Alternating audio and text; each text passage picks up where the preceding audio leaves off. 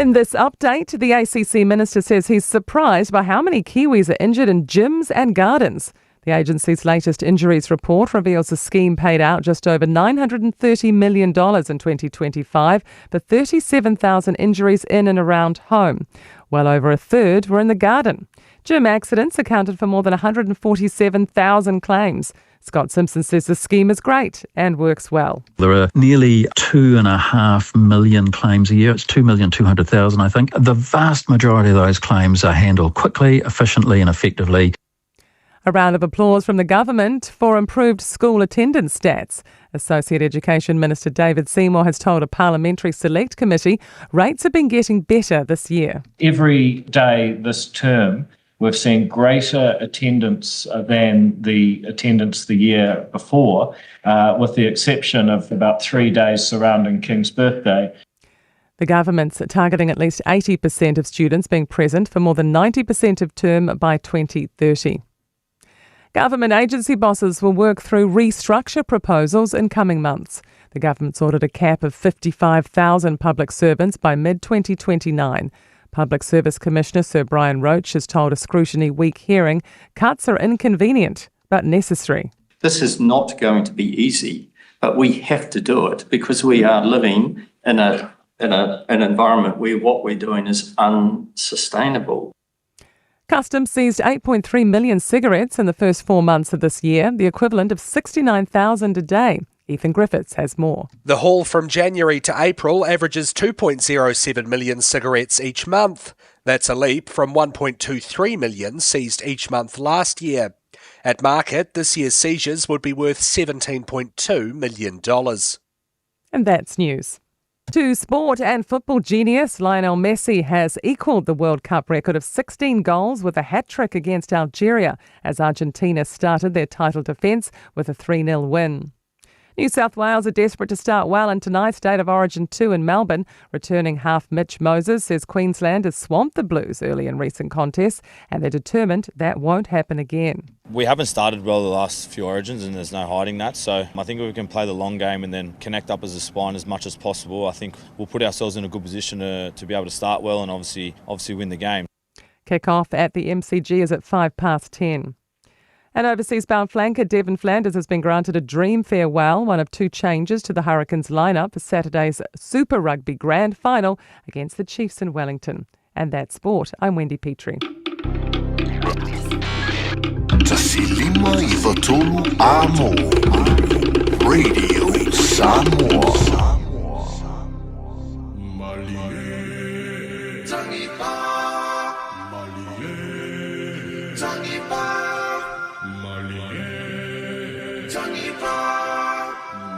DJ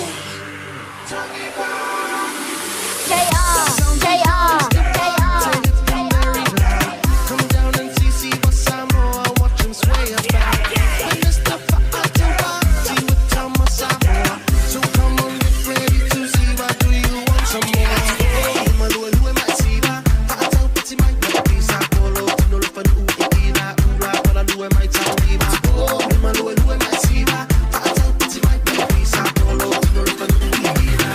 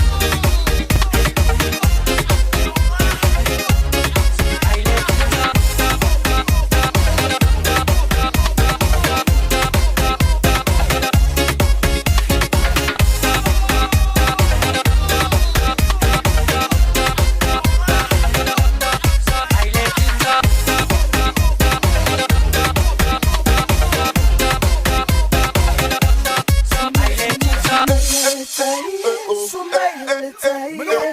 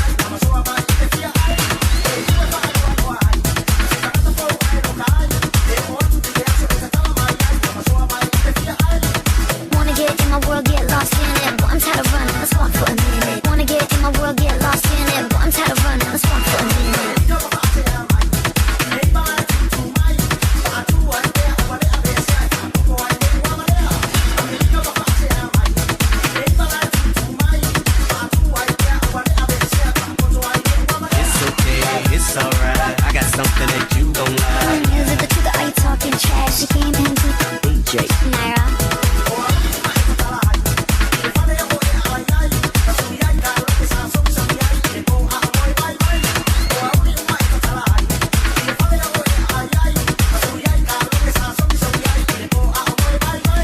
Wanna get in my world, get lost in it. But I'm tired of running, let's walk for a minute. Wanna get in my world, get lost in it. But I'm tired of running, let's walk for a minute.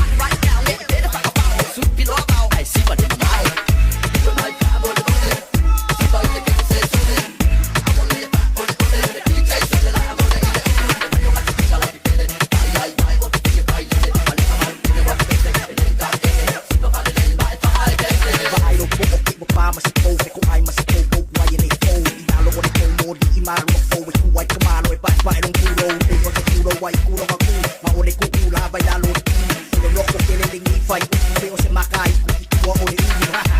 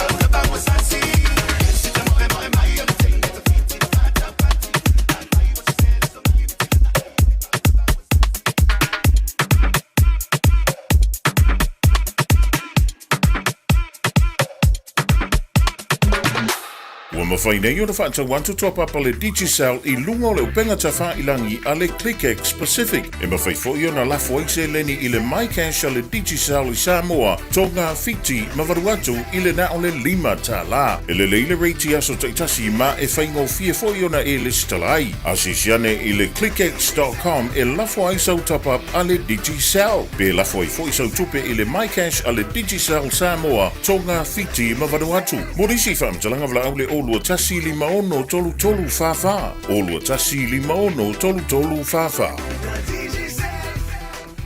I feel I was so sad. Oh my God, the unknowing one. Oh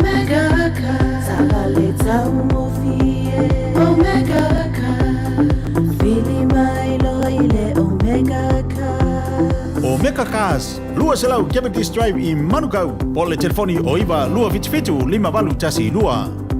Susu mai Manukau ne Omega Cars. Umalole keisile Omega Cars. O e si la fia me whaatino e mawhaiona e umia ai so fale motu le lumanai. A whai fo i so fale motu, o e si la fia mawhaiona whaatino ni isi o fuafuanga e whaonga aire equity o lo fale. A wane e misiere por kalame o le malu I fale, ia fiafi o sururu taitasi le se fulu e te aile whaa. O le a e si la fia ai au wala e mawhaiona e umia se fale motu le lumanai, ma au wala e whaonga aile equity o lo fale motu, e whaata waise isi o fale, le por kalame o le malu I fale, ia fiafi o sururu vai aso taitasi se fulu e te aile whaa.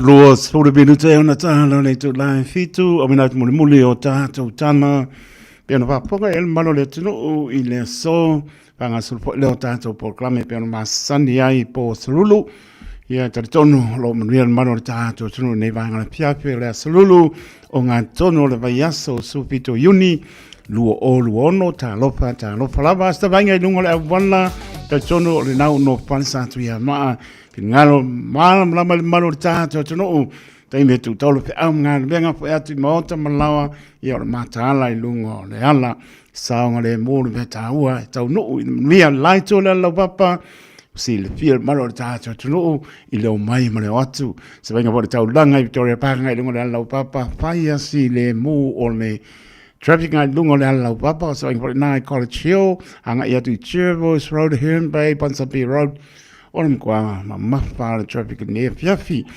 Ia le tangone mo lava e mo mia I tātou, apai po anga etu I au kilani sipo, sama inga mai Lincoln Road anga I le taurangpa tau I Henderson anga I lunga I Glendine Runabout.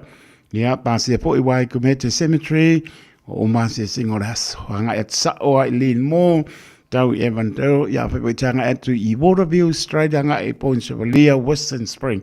Ia no Great North Road anga I tau langa. Ia pa po tanga I mai New North Road e Moa Manor Road.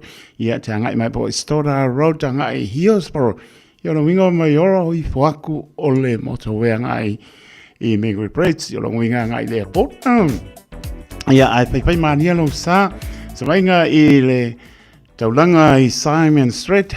Grafton Bridge faisi poloka anga I motanga ngase au kinani.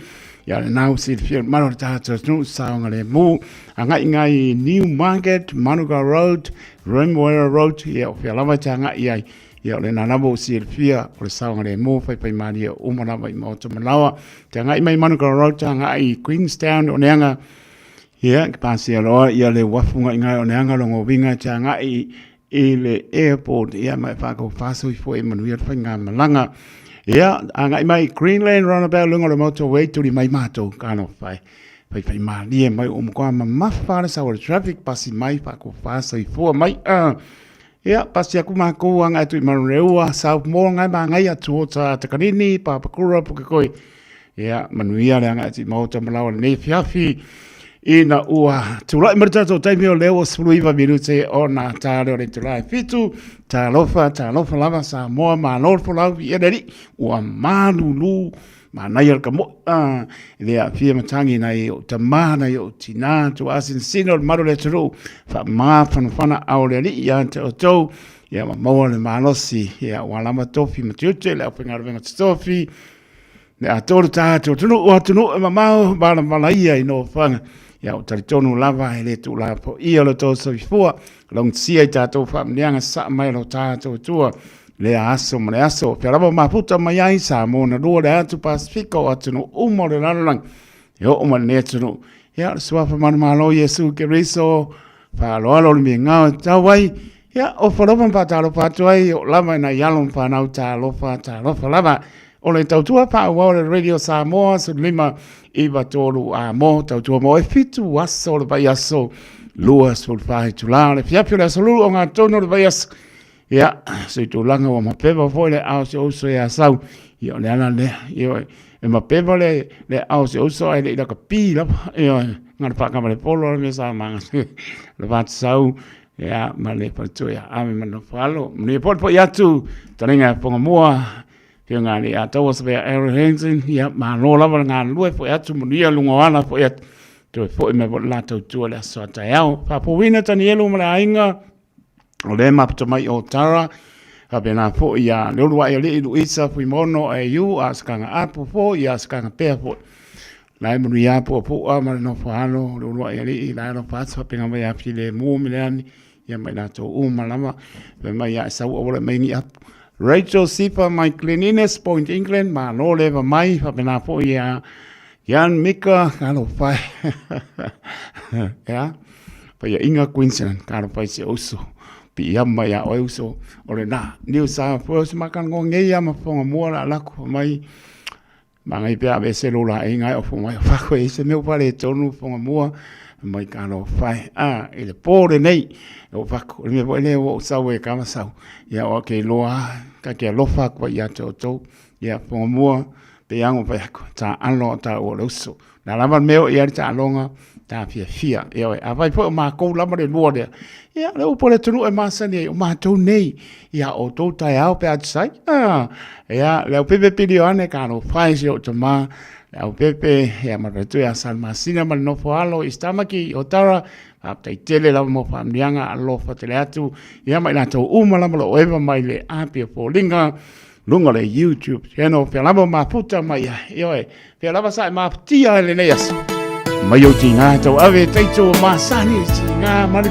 pia oi lo fa te atu malu se o tono e pele le loto via lo fa sa una sa mo ne pia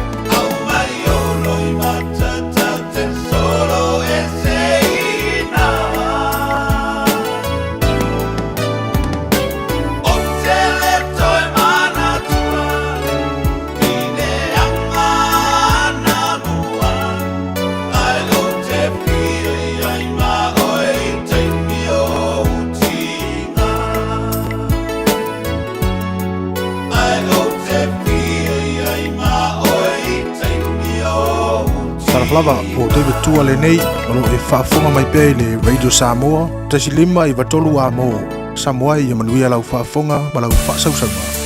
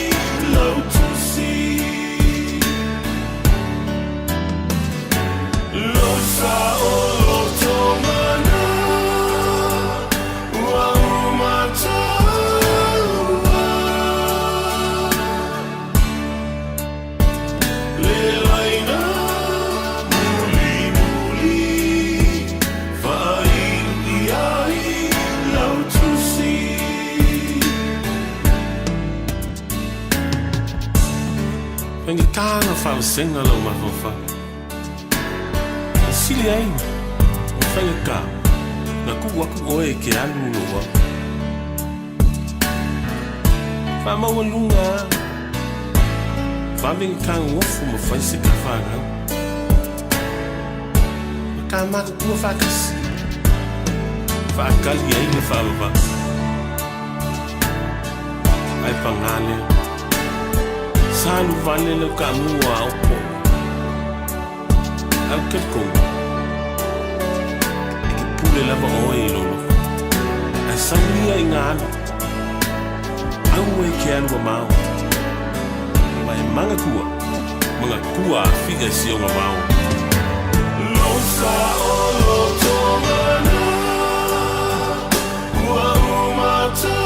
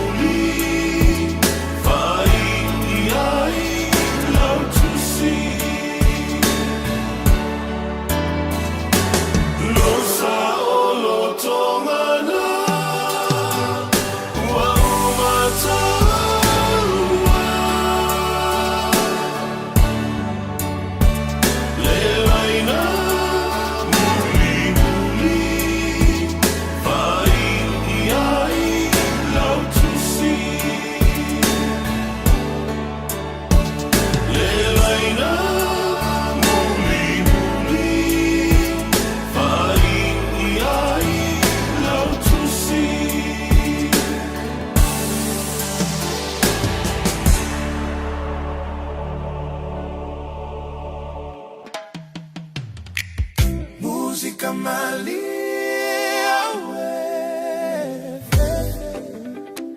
mana yesiba música malia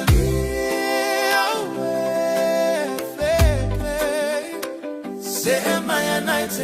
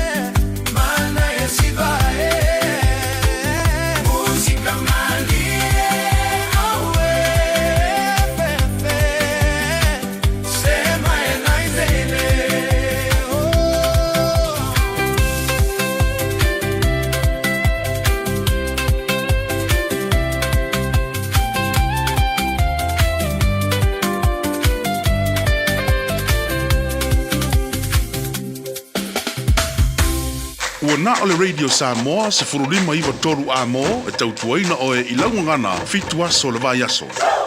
Talavalava, my name is Longito Lafo from Take Home Bay. You're listening to the international voice of Samoa, the one and only Radio Samoa, Tasilima Ivatolu Amo. Hey, do me a favor, please. If you wanna smile, don't change that dial.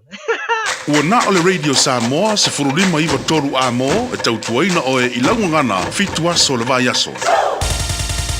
Usi mai alau whaafofonga o le whaapoponga fo ele nei o talafau mai Samoa. Awina sa mai mo oe e lau leiti o whalongolongo le Radio Samoa. Tasilima iwa tolu amo. O te whatalofo ilo tātou o tenu ua whelo ai fo i le dei so fau le o ngātu tonu o le vai aso. Ia usi mai alau whaafonga o tala taulongo longo. O whaelo le whalap tonga o tupeteu o mawaenga tausia Samoa. Po le UTOS o lo mau pea le to vai fuafuanga le malo. E to e whai ai malanga whaavao malo le kompani waalele le tunuu. E whaonga i ai ni waalele te tele. E peo na mafu ai o na tatala le avanoi le lautedo le tunuu i a i lātou. O au mau mana nofo i fafo. Whapea fo i lātou i Samoa. E tu inatu ni o lātou sea po shares. Mo lea fuafuanga. O whainoe le whalap tonga tū mau tele malo i se pepa o whaamtalanga. Sa iei whiuta na inga na whaatino le vāo le mtanga ruenga o tupe, ma le company waalele le Samoa Airways. Whapea isi au nanga le malo e pe o le mtanga luenga, o whaalapu tonga tūma o tia le malo. Le ofisio le lo ia siri ma le UDOS, na utu I lea fuafuanga e pe o na whaanga solo tāpenanga. Ma sa whiutanga I fo I maisi tautua ma au nanga. O ia tala noanga na autu I le sa ilia leo whainga mga yo inga umata le whengai. Ina ia whaata oto ai se ala fua le leima se ta ia la sao. E whaafue ai lea fuafuanga pe ao ina whaatau no. Wa umai lea whaamtalanga mai le whaalaptonga o te unga tupe o mawaianga tausia Samoa. Ina wali pati ai le newspaper le Sunday Samoan whaamaumaunga. Wa whailo ai lea o whainga o tangata o alala I fafo. Whapea I lato o whaamautu I Samoa nei. Wa mai au na le sitala o lato suafa ma se le ni le UDOS. I le whaamoe moe whaawhainga luenga lato tupe. I le whaangai o ia leo malanga whaavao malo e whao ngai ni wa alele te tele se lua. O lo whailo ai fo I lea li poti. E pito to tele tangata I Samoa wa le sitala. E mawai leo whainga e tolu se lau lima se fulu lua hafe wha se lau lua se fulu ta la. Ai o tangata o au maui fafo. Ia tunu e pe o New Zealand, Australia, Amerika, fitima Amerika Samoa. O le au whainga o se leni o lato share. E se lau ma le fitu afe ta la. O whaafite iele I utasi au nanga whaasara lau ma le atunu. Ai maise o e o alala I fafo. Ona o le langona nau e fia si le fia tāpenanga uma. Peita ia iei le teimi o le awha mautu mai tāpenanga. Ona whaailoa lea mo le si le fia. Wa whaailoa I fo I le pepa o whaamtalanga mai le whaalaptonga o tupe teu whaafai luenga o mawaianga tausi. Le nau o le malo e whaailoa I masina o mua nei. Ma tātia o le a ausia I tāpenanga uma o lo whaanga solo. I le sifuru lima tausanga o veo se tasi o tangata whainga luenga sinia I le malo. Ma le iwa tausanga na avea ai ma whaaululunga. O le no fuanga tu tonu o suenga whaasaya nisi. Whapele mtanga luenga o whaatoanga ma whainga whaiva. O leo se e atu se tasi o tamali. Sa tautua I le malo le sunga ya Dr. Seu Tawati. E ngalua le vaenga tu maoti po le private sector. E peo na filifili ai na te tau ave le tūlanga le office city. Mo le pūlenga, o le whalaptonga o company ma pisinisi o lo ngausia o loa, ma lātou whaatau atu fo I fafo o loa mai Samoa. O whaailoa le whalaptonga o le Samoa Association of Manufacturers and Exporters.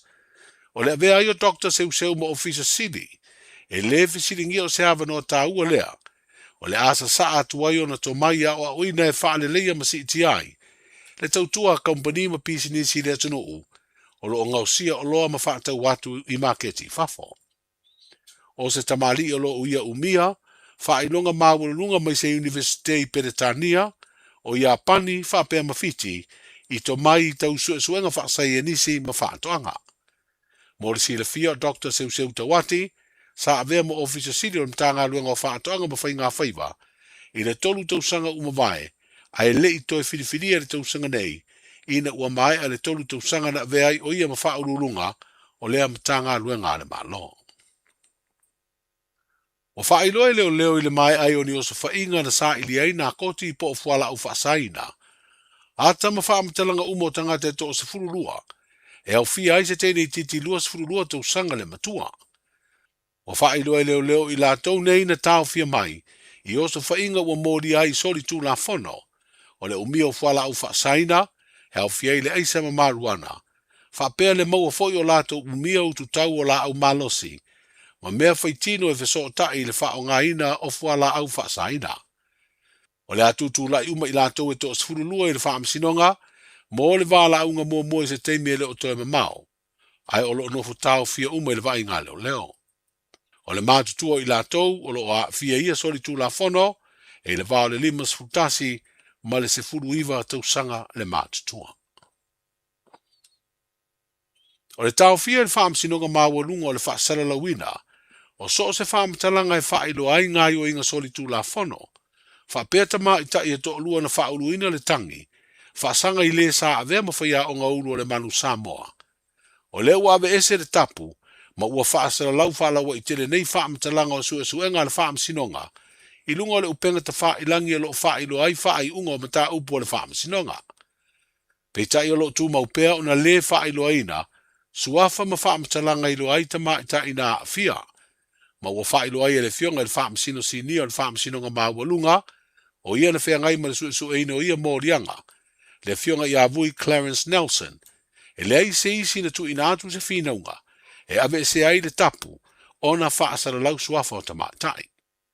E valu mōrianga o whaamaonia whaasanga i a mase ma Henry Swalga, peitai e le i lauina se whaai unga i le whaasalanga, ona o lo i luma nei o le whaamasinonga le talo sanga le lo ia le ua molia, ina ia tau fia le whai o se whaasalanga ai su e mua, le talo sanga apili, le ua lu i ai le whaai unga le whaamasinonga, i le whaamaonia o mōrianga e au fia ai le wha o lima, ma le wha o lima mātanga. O le asolulu o nei vai aso o toi whonga ina ai lea whinaunga, whaata sei Malaysia o mata upu, e whaasino lea i le teimi ua lata mai, e whaamutai le tautua lea li whaamasino sinia. O lo fia si la fia e le whaamasino, pe mālidia lo ia e mawhai ona toi fo i atu, e laula na whaai unga i se whaasalanga, pe a mae a lona teiminga lue. Ma lo a ia lea tūlanga, i le fwai upu ono se fulfitu pui toru, o le tūla fono wha vai. O lo te lo ia leo i le tāro sanga le ua mōlia malana lo ia, ina ia apili mua le whaambao ni o mōrianga, o na fito a lauai lea o le whaasalanga. Tala i o le nei aso, soifu. Pui lo a inga i le tau malulu, au e te whaatali. Whaatonu nei loa lo tu i ar fulu, a whai wono lima o tau sanga pe o vatu, pe maua o e singa se tu mau, mai tanga, po o maua fo iso walo i singa se tau manawa. E ma whai o na whai a fua lo tu i ar fulu. Tanga ia nei le upenga te whailangi, bookmyvaccine.health.nz, e vave to e whai ngō fie, mō whapesili manisi whamtalanga, really mai le vaccination helpline. O valu se lau, lua valu lua iwa lua ono, o valu se lau, lua valu lua iwa lua ono, po o le fono, o valu se lau, tolu ono ono wha valu, o valu se lau, tolu ono wha valu. E siri le poipuia na i lola tonga fitia. Whai nei lola utui ar fulu. Radio Samoa, tasilima iwa tolu, amo. Radio Samoa. Tasilima iwa tolu, amo.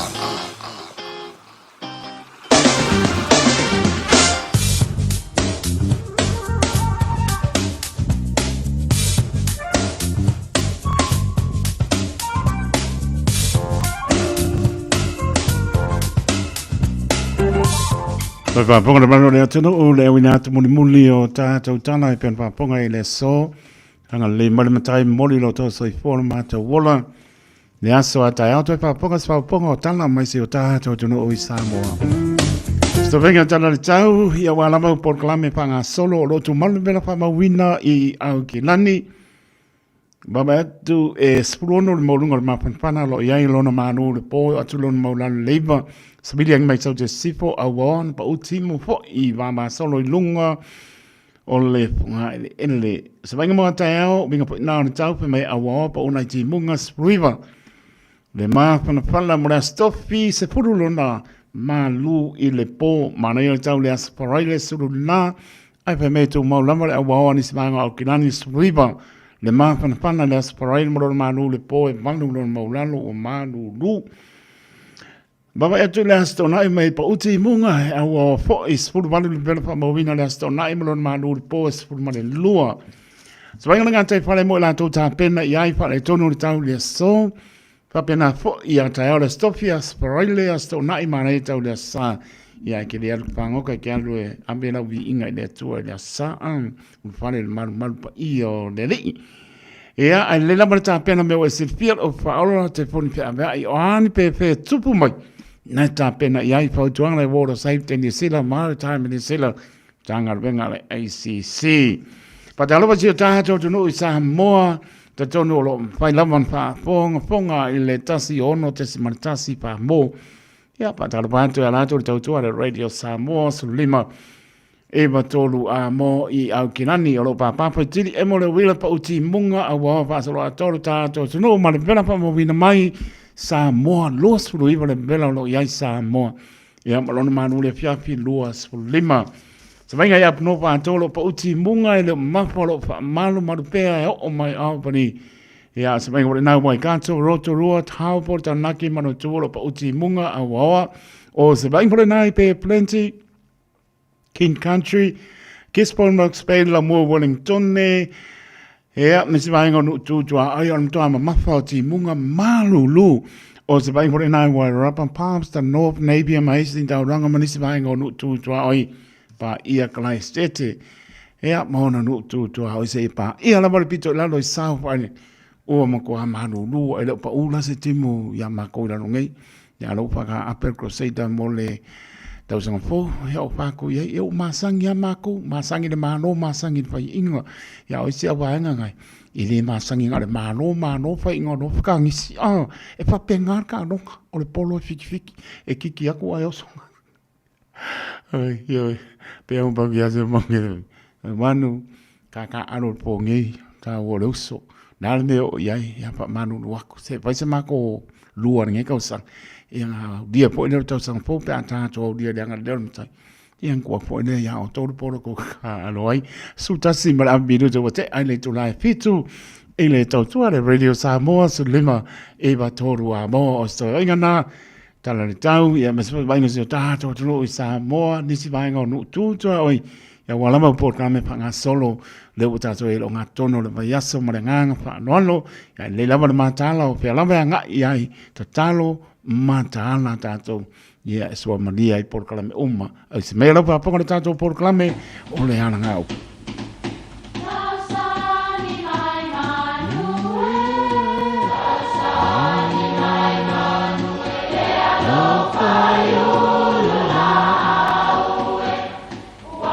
E o whanga manu i ululu o la au, awa e whawhanga i funga o la au.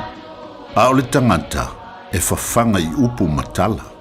O le mawhileo o alanga upu mamuanga ngana Samoa maona whaapongai, e a fua i lona si o mianga. O lona lea sao i le whaatufunganga o le iloa whaale aso, mai le tautua se ia o ina pule. O alanga upu mamuanga ngana, ua lanto mamanuina le tō whamanino a Samoa, mana tua fo'i, e tāo fitau muli le atunu. Ua alanga pea wala o le samiloloto. O pea wala, o pea ia e usu mai le tae o pō, ma ua patia patā, ma ua una ina e matangi ma so wai le ngā taifan. E mawhai fo'i ona whaao ngai lona i tū fia. Whaafitai o le nei ua alanga fetali ai pea wala o le tae ao e na ua whaafotu mai le aso fau. E mawhai fo'i o na whai se tūlanga whaingatā wāliari mai. O lea sa tātou mamoe mamanu, a o le nei wala whai mai i alanga fetali ai o pea wala. Taluai le ai lililo matangi, ma ua sui ai le malu i le sou. Ua alanga pea wala o le sami loloto, manuia lau whāsau saunga.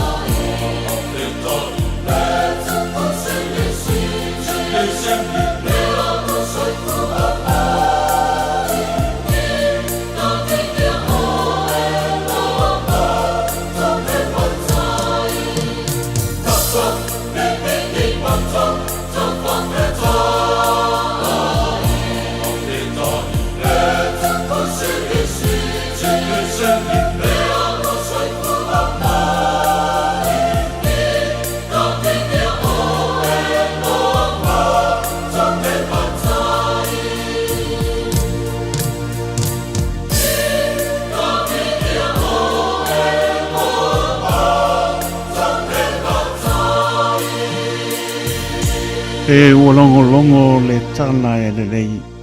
Se whakamaria le kane sia whapatonga ke siano i Samoa, mai le whianga o siri mo tele sa la pai, tātou sanga pāti patia i pēr le mātanga o fie o le ri. Po ele ele nei aso tai tonu a ori tia o mea oma sa pēr ngai ai, o la singa i le aso, ma le aso, ai meise o pēr lava sa talo la i ane malo le tātou tuno o le ulu fapo, ma le ulu pare le tāpo inga, au whaingar benga stofi, tu asin singa le ato le tunu e ona i alom whanau. Urama lo whatau to lia po inise le mano le tunu o ngā sengasi o tino i so sa mota ngā sengasi, mota mana nei whanau ia o ngai lef siningia le lofo le li. Whamaoni o napi ma le soe o lamba ngata. Ia maulunga pea lona vi inga, ma ia tu mau e whawau. Sipuwaru minutu wa te ele tu lai fitu li tau tua le Radio Samoa, so lima e wa tōru a mō.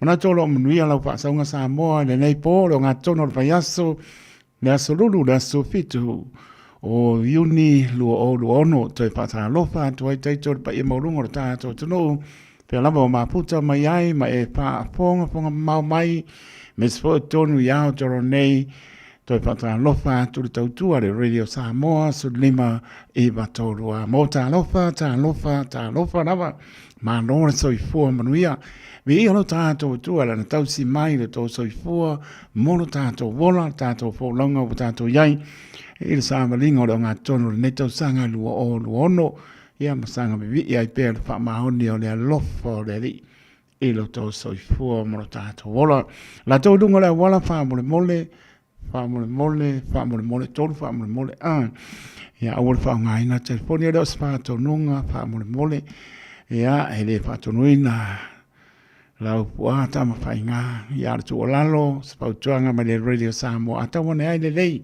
a le ei pata pe, ia wawore tai alo whaitalia na mai, soifua maolai taito, ia artu o lalo lava, ina i tato manatua pea, te leo soifua o mau lungo le ala, whaatamala, ta alo telefoni, alu le atore ta vale, e alo empa lights mai, e le lopo e le sauru kamakau mo le anga vale, pe tau i leo ngā tono. Tuli lo sao, o le nā, ta ua le rolu le mole pasia moli.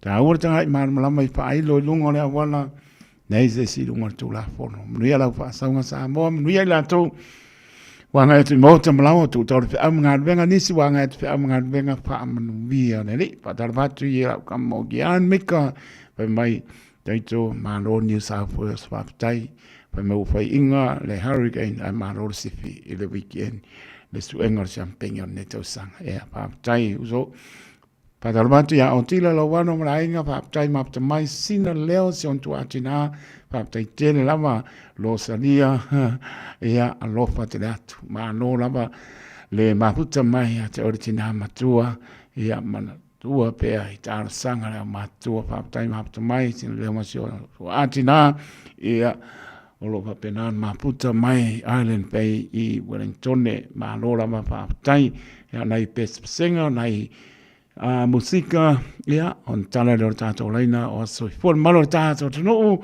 ia anga to foi le fase silanga pi anga mana fanga ta manu ia o le tula fono mo ia dei se si dungo tula fono anga me foi le malo malo sunga tu mo va o siki a shu ia se pa sta na foi le o nga tono ma ia so ia mana nga fa no lo ia lo ka so na samo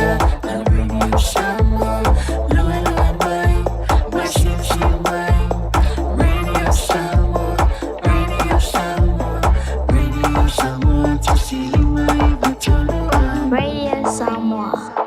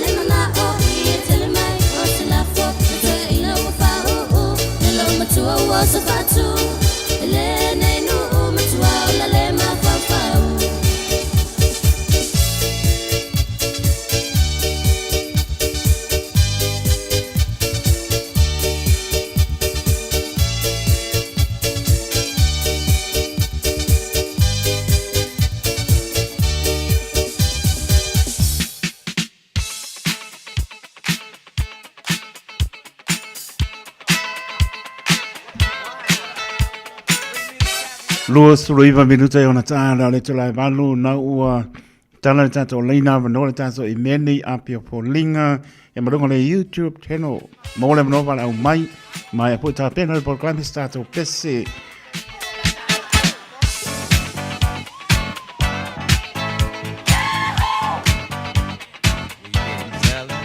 o ne ngaro tāne tulai walu o e maritula pono e a tapa o le tia mai po i le sunga malo le marotu man wao Siki Ashu, ia.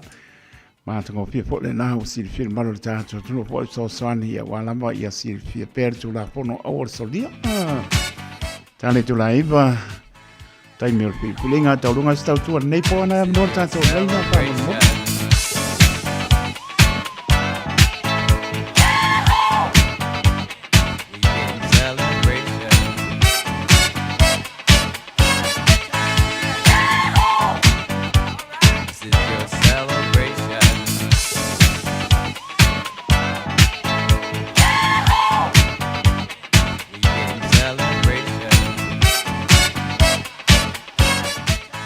Le tato i meli stasio aso whanau.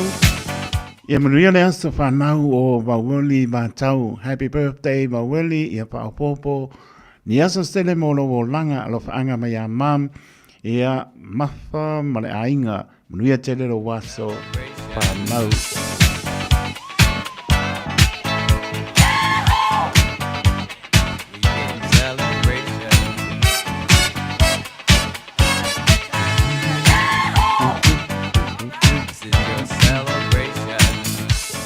Nor tanto leina mo lusfu se kone se toi mam ai ale ai lo pese lo tato.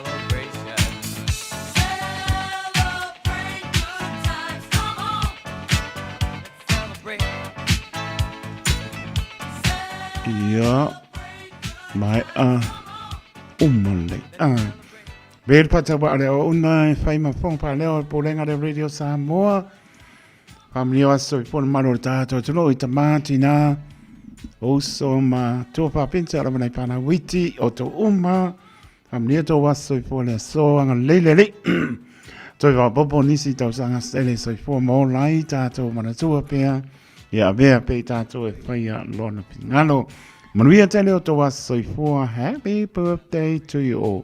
Si pong mani se o ya bueno ya e se ulo polonga o le semano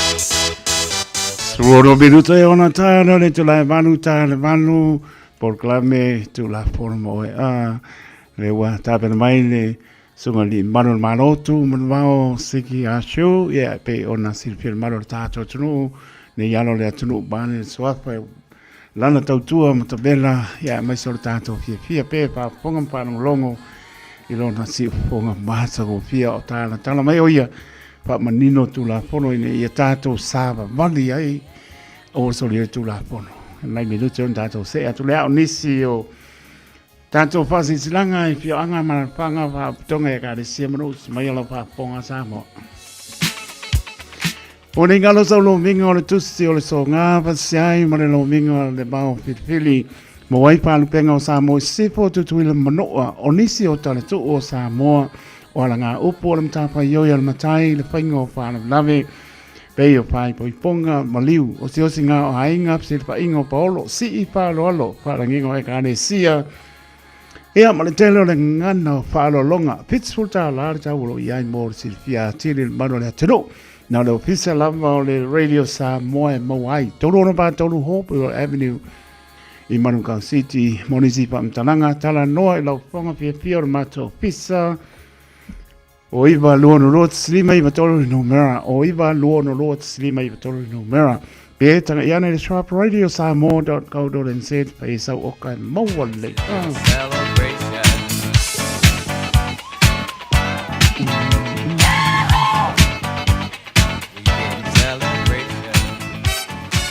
Reis tanto pa asisiganga a ingo se manu.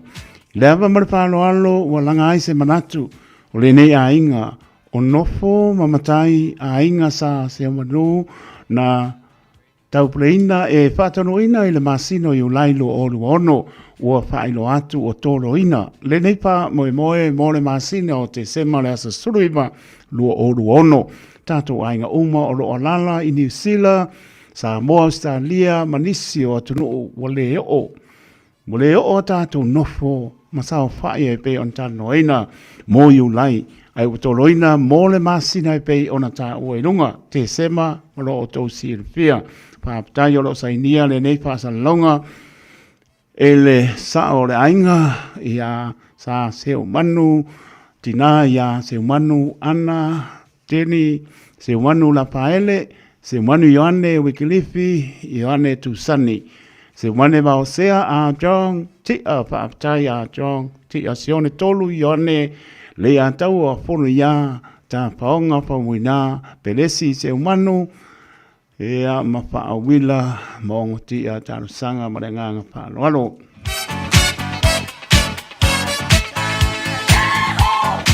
Mana tua le tātou free community lunch a so sa nei la salusu tasi o yuni mai le apa sulua le auli le tolu le fiafi whātau ngai Otara Town Centre i le site e iai le Straits talani o le cash converter ngau si le fia mō tātou a inga o lo o mana umia so soani mō fua le mea ai tau mawha bela e vela i le manu lu ia o le tive bela fuala au aina lava second hand ea moenga manetele o isi mea o ngā molo maota e le stupe pādu wai ngare laua le nei aso o tapenaina awa ni ngaro tātou free community lunch i le aso sa nei losu tasi o yuni ua ono maranganga whaaloalo oi ua uma wa pēa o lai sau solori pēa ui emo malempa lai tilai o mai ale ua uma le as pai asa ma se mau sa mo tātou whaasil sinanga na pio anga mana whanga wha tonga e kare se manu ia e taritonu ia le as pai asa ma se mau wha mangalo le ona pia o le tusai ma le paa le hoina o tātou whaasil sinanga ai le lelo wala au le oiwa lo nuruat lima iwa toru numera ia silfia tili ai tu langa i whaasil sinanga ia ona tongi ia wartau tua le radio Samoa su lima iwa toru a mo o iwa lon rua ta silima iwa tolo numera mo le lava le tautua le radio Samoa su lima iwa tolo a mo mal purenga le radio Samoa ia maro mato fa ta wa o le ato le nganga pa maroma pa tain maro le tino pa mia le tu. Gynecological cancers can be silent. You shouldn't be. Learn more by visiting thepowofknowing.co.nz. If you're unsure or concerned, speak to your healthcare professional. E le te tau ia oe una nā tia a fianga o le ka nesa o tutonga sā o te maitai.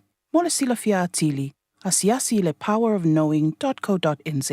A whai o e popole pe le mautinoa, tala noe lau fo mai. GlaxoSmithKline New Zealand Limited, Auckland. Sunga o whenga whakao e lo ka wale fo maunga Max Ila. Senga o ka amilo e o kilani. Mo koe foi mai lava i o Tara i le Tire World and Auto Limited. Le ai mau ai so skoi ngā meg ma pa uka wale. A ole me piko sidi. E ngā le lua lima ka aladwa ia so le kokongi. Le Tire World and Auto Limited e te moai ta wale ma pa utau ngō fia ia New Zealand antoa. Mo fo i se ti mag wheels mo so se tu ai ngā ta wale ma le telo isi au unanga. Warren Fitness i le na ole se fulu ta la pia i wha i lo i eina e wha afafonga le Radio Samoa i nei wha abitua. Talia wins quotes, cue cards, maisi. Walau lo le Tire World and Auto Limited i le lua fitu tasi tolu o mo pa uta avale. Po le lua fitu wha tolu lua o mo le fale inisinia. Te alofa Samoa o Mr. Cowboy le nei. Whaafafonga ma mai mo mai pea i le Radio Samoa. Yeehaw!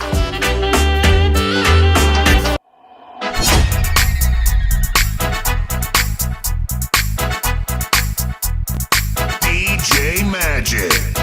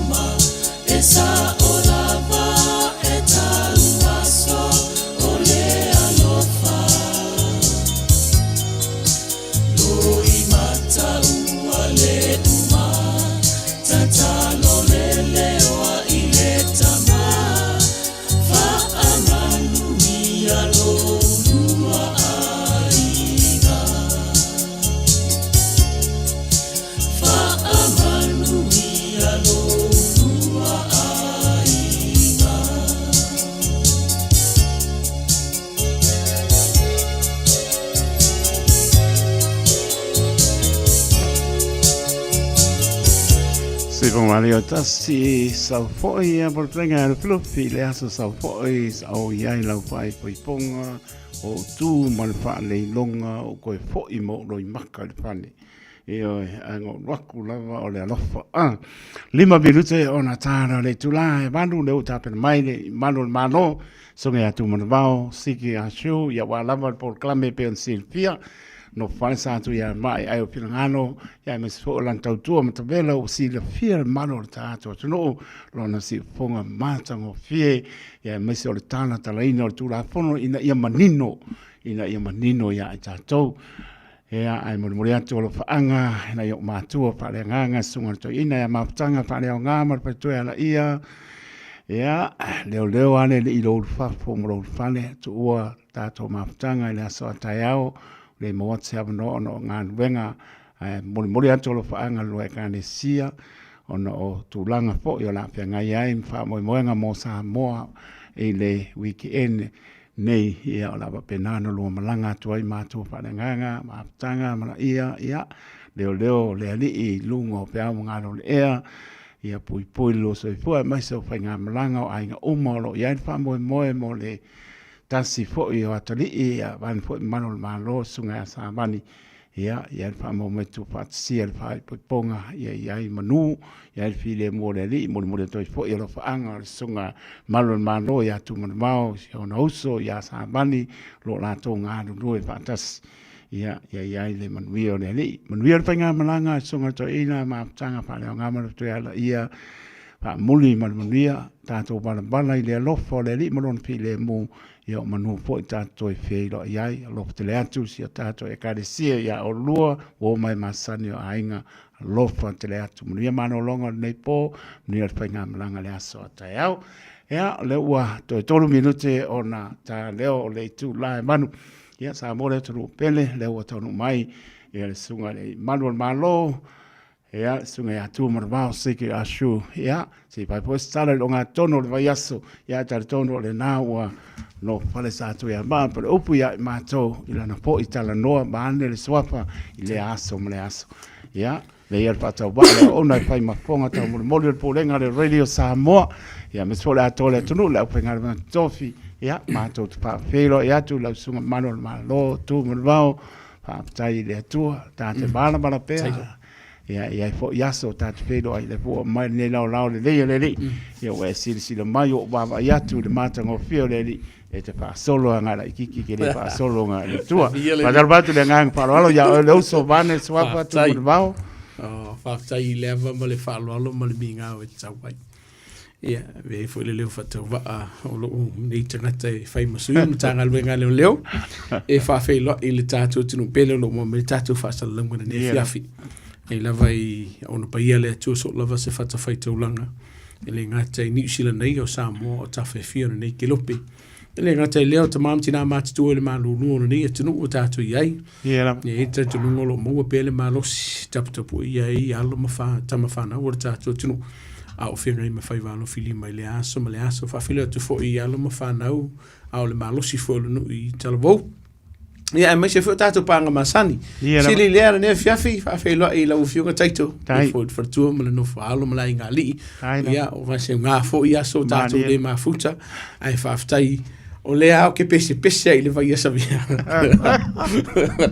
o le ama kere ko fe la ma se uso ai fo ninga mai le sel o tu fo se pe u fa ia se o malo si ko ngai do sabia ai vi le tu ma volo se fu la le ngata le tino le nganga ma ma fo fa ya wale tau toino le tino ya se fa mun yanga fo i lo fa tau va i le tatu mafutanga i le aso i le o nanga i le tua ia me se fo tatu mafutanga finga ia na lo se fu mun ia malo pa tai tano la sunga mano tu mo vao i mai am tala mai au tai pe no i po i mo no le po nga ia moni mau ter tonu ele o stato a mio tonu ele o spoto ele o manosi ia mai se o mata ngo pio le lofo le i po ia te mo so i po la le ta lini po ia moni lava moni au tanti se bana lava ia i po ia so to i pedo ia le mata ngo pio le tu ele po ia ne fiafi ia wa su mai ia ai ono ua ma pepa po tu lo le ngana e pa o ngai o ma pepa po le e kele me o le la kapi ai fai mai o la ma pepa ia le lo e ma pepa po ia lo a o tu ma ba po i bane pa po ngana tenu e wan ka alo ki po la kapi a o sa mo ki so le e o mai papa mai ma pepa ka o taito o la vekala o e tanoa ia pa ule o kala ka lo ke ai o ka piko sini nei na laki ia I lana ngā ruenga ono iai. Ngā ti tia ka whare. Ko mai a tia tia. Ngā o ka whare whalai. I le I le tāpena ina whai o mea tau mawha. Ma ki kia ka wale. Ai ma mai na wari ia. Ia whauku aku i la uso. Tala noa. Tala noa mwhaali nisi o vai ngalo. O aku ne mawhau whau. Ia whau na tau o telo tato po kalame taito. O le aku pungar ka ki po ki la moti. Ia ma pankeke. Ia au fia I mala ua. Ai ni vai ngo o whawhatuli o la ma whau.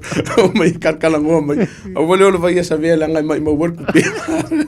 O mga parka ko nga sa vea. O ko fa ma ngara nga vai. O le a le vengo fai I le uso ya sa. Ia. A wangi e mai vai so ale wenga mai a pa ia tu au le I fa marolo fo I a fo ngasa le tino o le mafo fa fo maleanga ia ka ko ko frai a wa nga fo da ia nga fo le o ka fe lo ia wala le tu si ta fe lo fo pe fo ta o te mo solo fa si le vata to te fe lo ai fa ta le tu o lo vai pe su lo tino lo e malo se penga lo wali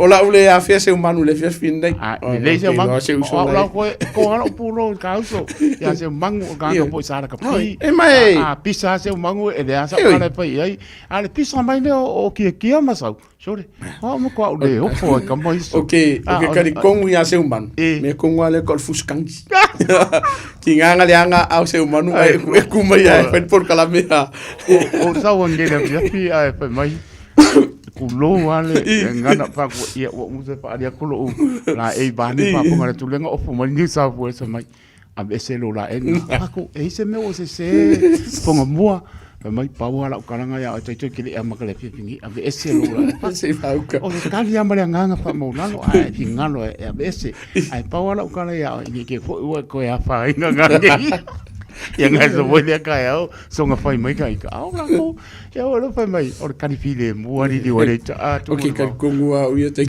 le la fonga le a o ka ni file mo ai ia e mo ia e langa fai ka o ke maroon fo ai e lo ka kongua a fai ingal maroon wo vidi mai le mangu kai ai alo fataito vili le pule ngale plus e fa malo mako ngo ke lo fole ki ngi ke vole o mai na voli I ta nunga manuia ne vai aso I fe mga duenga fe ngai foi mala wo fiunga mala ngali ai ia so no ina so mo ele leia le ke pesia ele leia ia so uma a me ta ia saba bali ia tato saba e te me pa ta ponga ia ai la tato ta la no pe le aso me aso ai tato te maaua nga le alofo le ele pepo la nga nuenga tonga venga ele pengo fie ele pengo fie ia me se o le maaua ma fo so ifo o nisi ia matulanga o lo ia ia e pui ale li pe ala tale le stato a mio tonu e se ma no si e lo spot le alofa le o le li e so ni mai I lona fa mauni da fa pe o le tala e o to pin ngara ma tato ai apa yo fa mo lo te mai pese lo porto solomon awoni fa mo lo lama te mai wa ya lo wa ya de mo te vale au sa fa au kala ya pero no mari ki e capa que a mai e le ma va ngo ko si o ngai e ke le ka sa mo me sa ngai ro mo mori ka vale me ten ai lo so ya wa fa au kala e lo aso mo mori ka e ma ka dia o he me ten ya so ya e mo ya o vale kula anga wa si la pia wa le le wala ko wa e mo sorry ai fa mai ave lua teito lua po lua si fa o alu a ver ka vale al kulisi lo ia nga sau le fa mai ia o la ko fo i o ingi menga ko sui fa mo ko sui por kalam au ka ia wala nga ia ile vanga le fo le mo si de fiele tunu o ini me fo lu ku pu New Zealand mariela o la so pito mai Hamilton a piko o Wellington o fa na si mama ko sa lo la ke mi le nga lu ia sa Wa piko mai wedding kongi. Wa va mai wedding kongi ko. Ia ka pa ma mau he matari. Ka pa ma ru fa le tu ma ave ma nu puenga. I fa pe ai o ka fa se kala. Fo le e fia la inga nei. O le fa mo ku lu ta wina ai o ile. Ka pe tai. Ani pe fia. Pa fun tu langa yo o ila inga sau. O lo ye ka ko se le ke mo. Kongo. Ai ba ngo. Ngo ga bili mai ya le numero. Ia numero tu mo ba ia. E kani kwa o ile do fo le. Ai o ile. Mon bao a te tele lama. Te me le pe lo ai. At pa no longo mai lama le mata. Pe de se what? Mata mo pe pa tai. Mo e fo i so tato tonu. O lo mai to anga le ma le lofa. Pa mo to taimi. Pe se pulu minute, los pulu minute, afa tu la. Ola. Se taimi o to o mai ia wale pa ponga maru tato tonu. O le langi lo to i tu ma. To nga le leo fai mo se o tato tonu. La bo te talo. Na yo tato tu asin sino la le tonu la finga no e taimi tato to e pa tata la po. Ai me manino e ta talo tato tonu. Yo tato fai mo nga ben ai pa ma no fa tai nga lu. E a mar vai aso tu ma. Tai to ye le vai aso le nei le vai aso fa manuianga. A o le vai aso fo yo lu tau. Tele nisio vaenga o lo fianga i manutanga luenga te mine. Whamanu i vaenga o lo mopele o la malemalo se tau tua i lea tunu. O whaafonga mai ne fia fima ua mai tau ina fo ima si la fia i lea tunu. Le tau tua ma le tau mawhainga ina i so swani so la vase vaenga i manamala mai lea tunu i le tu la fo. Mato i ati tau. A le vai aso foi whamanu i awa o te lo le vai aso nei lea pe ne whaftai fo le ua i a fia i a sungar whawhianga inga ma le wharatua le la whaimalanga atu i Samoa. Ai. Ia o lentu e whaimalanga i Samoa i le aswifio lo so i a Savali. Ia siona wharatua fo por tau si foi i a Rebecca Peter iane o le fitau i fuafuanga mani si o vaenga. Ma dia lama. Le ngata i tonu la inga o ngalunga pio le mafua. Dia lama tu mon mau. Ia o le whamanu ianga i a vaenga. Wa man tu fo i te tu mar whafonga la tulu. O le si le a inga i la ula vatilo tilo. Dia lama. I le whamanu ianga le tua. Moni. Toa whātanga tola inga. Moni lele. Leo. Leo. I tonu mtanga alwenga. Ma dia. I nisi lau a inga i te tonu lava i la tolo toi fale. Malmalama i mawhaenga o tu la fono o lo sosoni a leuso i a Savali ma leuso a maele ngā ma na i o la whatua. O le whamanianga fo ile i nisi o le tatu o tunu. Moni le. O le au nanga nei ane i uso ma tua whawhine. Ia, nā fo ose lera tunu o telo te mia o leuso i a Savali e lungo le tatu o le tio. Leuso i a lifu, pe fo i leuso i a maele ngā pēr u lea vano. Ai pēro minga la whamtalanga ioi.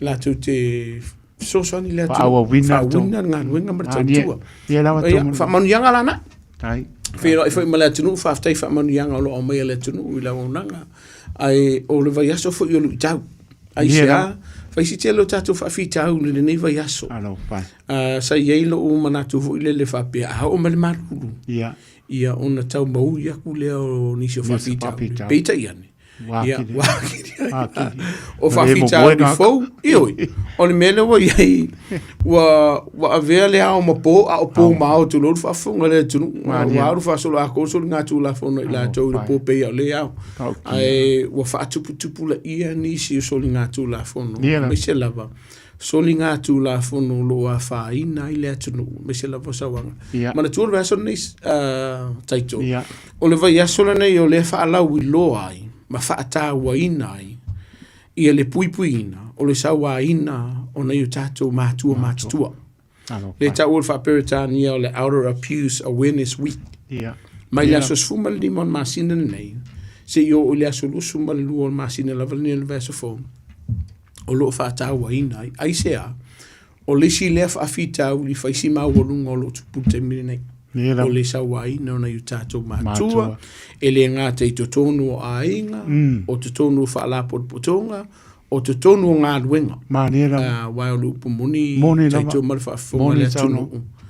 O le atunu ure nei, ia e le peiso tātou tunu i Samoa. Man tuofo Samoa, i sio mātonu olo i e tasi ana no whanga le sa i e vai teimi. E va ai e ina i tātou te mamtina mātitua mapui whangaleli. I vai leli.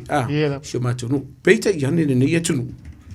So i titi le ai se vai panoa o ni usila. E le o iai le au nanga lea. Moni le. Ai wa avea fo la le tau o le tele o le au nanga lea. ma vaenga ua whaatuputupula ia i nisi o soli ngā tū fono. O loo whaatino ina i o tātou ta māmti nā mātitu e le ngate tangata whainganuenga.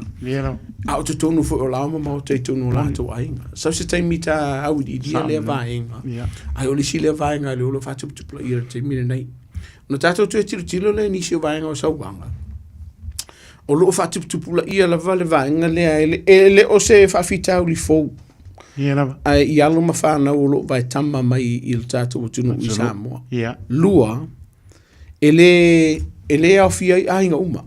O e tolo pulo ina i o tātou ainga o loo whaianga lue ngā lofa. Awa ia iska miki wo me pe o whaale manguia fo i o lātou winga. O loo whaatino ina i ainga nei. O le vai asole nei ma le vesan te mai atu nei. Wa man tua for tātou por kalamita i lua vai aso. Ai mai le vai aso te atu nei si o le vai asole nei. Lea o loo tupu a whawhita au ni lea. Na ise mai lea lisi vaenga o loo iai. O nisi o tātou a inga ele o vaita maina. Pei o lenga o me ka whau a. Me whenga luenga. A wa vea fo ima vaenga ua whao ngā ina i ele toa tele o lātou a inga. Makana ka whainga luenga fo i lele wha whenga luenga ele se kongi. Ia o lo usau wa ina i te tonu o lātou a inga. Ia o te tonu o whenga luenga. O isi la ia vaenga e o lo tutupu lo a mata o na toa dia e mai lunga te minei. Mai ua whaisi whaatuputupula ia i o le tele o le taimi o mtanga luenga leo. Tele tātou tele pe whali. Vaenga leo lo whaonga ina i mana tuofo.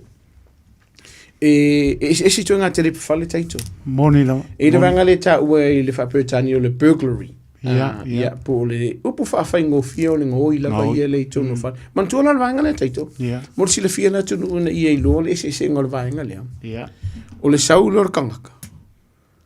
Wha talepe lo whale. Ai le o iai se tasi o iai i o lo a inga. Ese la vanga ngā le ka kou ngoi. I le whaperetani i le vanga le ka o le robbery. Po le vaenga la lea. Ua whaonga ina i le a upenga. E le tangata o lo whai le sori ngā tū la whono e totas. E whaafefe ai se isi. Mao mea tōtin. Ma mea tōtin. No, o le vaenga pito i mawalunga. Lea tā ua le aggravated robbery. Kamala le ua whaisi mawalunga. Ua iai la tū o whaamanu alia. I ka ngaka i ngā oi pe o wa atu male to atasi. Pe ko lua, ko kōruanga i lua. Ua iai au penga ua whaonga ina. Ioi. Ma ua whaamanu alia. O whaila si whaatuputupula i o le vaenga nā te minei. Ioi. Mana tua fo. O whaisi i maurunga taito. E o whaila i e tātou ta avali. E ese lenga o i whaila e tā ua o le kalepe i ngor ka avali ngā o ka kae al ta avali. Ave me tō tino. Ese le vaenga nā. Ai lea verka avali. Lea verka avali. E ese le si ko inga o i tulor whaafonga le atunu. O le ave o le ta avali. Ave sui le langor ka avali, ma sui pato le ta avali, ma sui le number plate. Ve umalava. Le ta ua le conversion po le whaali li wina. Ese fo i le tua inga soli ngā tūlafonu. O le talepe, whaaleanga, ngā oiloa. Alu loma avi. Ese fo i la vaenga lea. O le vaenga la lea. Le tele na mafua i le tele o whaafitau li fo i lele. O le whaatu na mtanga luenga leo leo. Ai le kulo mtanga luenga leo leo. Iai lo mo le si soli ngā tūlafonu le ta ua le whaperetania. O le fleeing driver. Po le avita avale ua sola ese mai ma leo leo. O sina na vaenga na tala noa ne fiafi. O na ua whaisi mawalunga. O le whaanono anga vaenga nei. O lo afi ai. Le tato tunu. Ia mantua for tato por kalame ia. Por kalame mo le tato tunu Samoa. E ielo tali tununga mai ei nisi o le tato tunu mai tonga. A uso matua whawhine ma matua fo mai tonga o lo walau mai. Kua i le lei ar whasamoa. Le lo whaanongo mere tato por kalame. Vatur whamalo. Whawhila i atu leo tau pai. Lai mana malama mai. Laru konga. Leo lo mana malama leo i fiti. O leo lo whaafonga mere tato por kalame. Vatur whamalo. Whaftai fo li whaamano ino. Ai o lo o awhia i le lau tele. I e tato whawhita. O ni misori ngā tūla whanone. Nāni. Mata ko fie le tūlanga le wa o ia le saunonga. Po le wale la e tu pesilia ni si o tangata o le atunu. Mane po pa ia mare maru. Le tūlanga le o le ngoi. sui o le me e o foi lo o le swing o le plate number e o le to inga tu langa lo e wa o le swing ala to pa ma tu langa pe pe se tu langa na e fa inga ta po na ilo a le me le lo ku sui mal plate number e tal to e moa a to mo e moa mana tua e tolu tu inga swing ale wa yai o langa mo swinga o fa ngala makau di fu le e sui le numero sui le numero tanga le o kusi le makau le vali liuli on ki kilo ku leo nation tanga luenga le mai lo ngofi e vai sui no na lua wa au mai ia number plate o le sita vali e kui sei fa kan mal malama ele pelo por tu spaia o tu putelen mamla mo tu telefona mi olenga ona au mai le numero ista vali tu vale le so ya o lona tolu e mafai ona e anu luma o le tatou e po le VTNC to tongi le lua sumo tuputala e lawa iai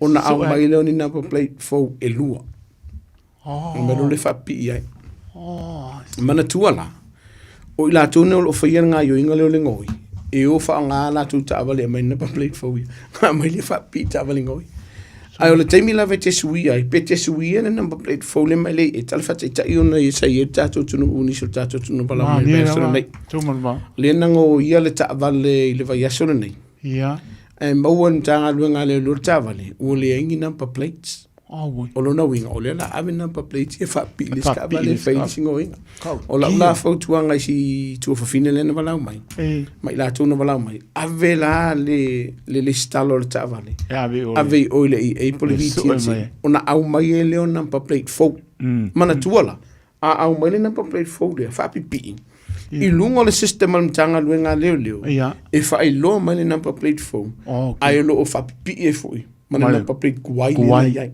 o no vinga o la maua just in case i te wango ia ta vana o vai nga ia lo o ia mama nga hoi o le vali lava ia mana tua o isia vai nga mo si fia la tuno e tele yo ta vale o ta fia mtanga luenga leo mai o vai nga ia i loa ia mtanga luenga leo o le number plate o lo le ta vale e le nga tusa ma le ta vale lava ia salfa te taito a fai e Toyota High Ace lo sa ai fui la Toyota High Ace kukusa le tata vale te tusa tau sanga o wal wakuloa nga oi lau ta vale sui na number plate e fai nga tai lista mi na loa peitai e ia le vai nga ta vale ta o le afinga o le VIN number o le numero le na e match le number plate ma le VIN number e tau ona tutusa e ia le si vaenga pe o le vaenga ka o le engine number po le numero le afiel tabale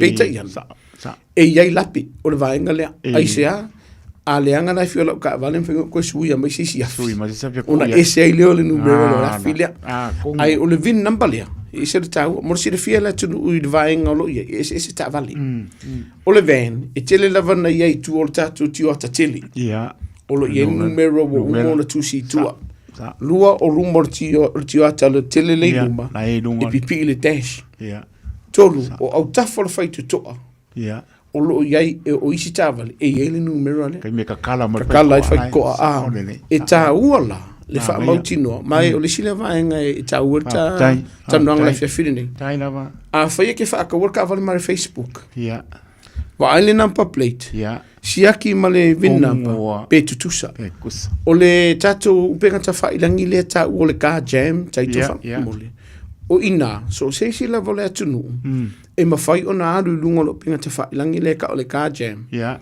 ka ko kongulea le numero le number plate o le ta vale sa umarola ia le number plate o le VIN number ona e sila le po fele po kukusa metanga ai se ata ito marfa fonga le atunu o le kaimi o ke ave se le ta vale le no fa ta wa ma le Facebook ai maua o tanga luenga le o le ta vale ngoi e le tu sale number plate ma le VIN number moria kula fonga la o sola ka kamar kupi e ke na bela be e sila la ia e te le le afianga le tu mo le atunu lo fa fonga le fe nei mo o le tanga ta fa ta vale fa ta wa ma le ta vale mo lo saunga le mo o lo saunga le mo o lau mata fai oi fai lau ngā ruenga e wha mauti noa o lo sa o wha maunga uma o le ta vali ia lau mea ala vaenga i o me i o bene tau vaenga mo mora na lua siaki le ta vali pe o se taavale o lo unga oi ele ai kongo mana nona tolu o le vaenga le e se le taua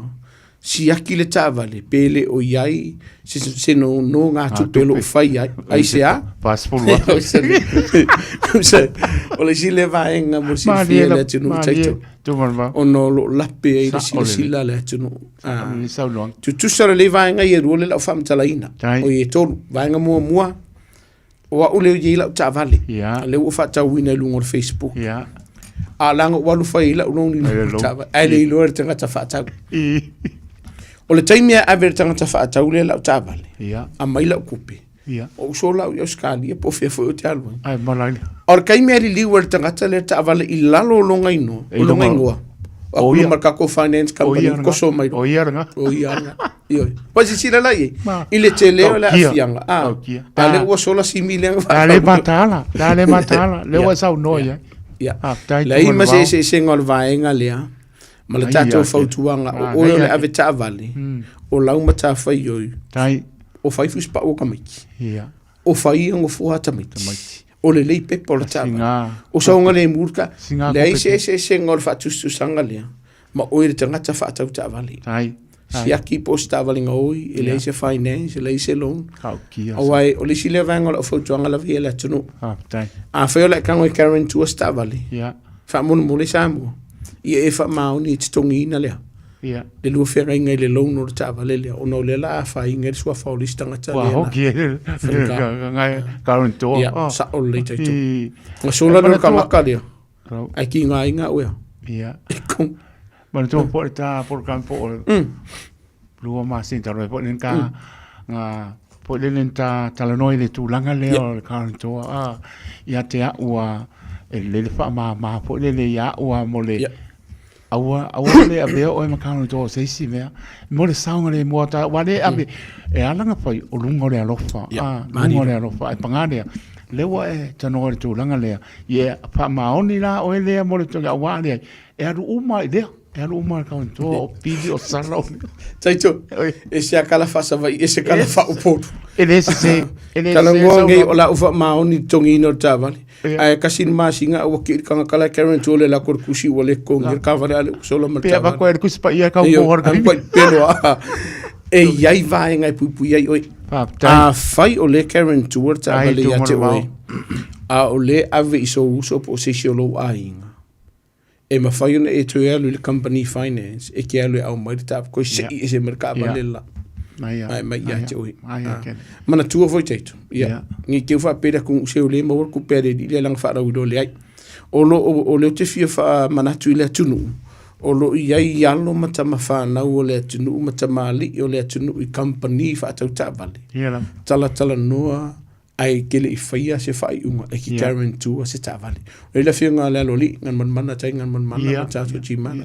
o lo i ni se le tunu o alo mata ma fa na mata mali o le tunu o isi fa le ta vale em finga la ko so sangi ki o le ala wa ya ta ta a Karen tu o ina ta vale le ai le fa maungi ka ka le e ia sa ai ya ta ka ko se i mer ta vale mana tu a fai o ta vale le lo la lo suafa a le fa ngai le i lalo le tu la fo e kere la wo ya tau e mai lo taba ia e fai se mari di yenga tusia o ka vale le ale kongia o la koe mai ia ni vanga fa pena e le masa ni tatu o tunu u vanga le moni lava o le fai se mari yenga tusia le vai ni so mo to fa fi fai e lungo le tonu pete ia e ye te mi la pia ele se sa no o la fa tu anga le tunu sila to ai vai pe o vanga le pe na e ta o le fe fi nei taito tai lava o le o tele na tatu fai nga luenga le fa pete ia o la le ka kula fo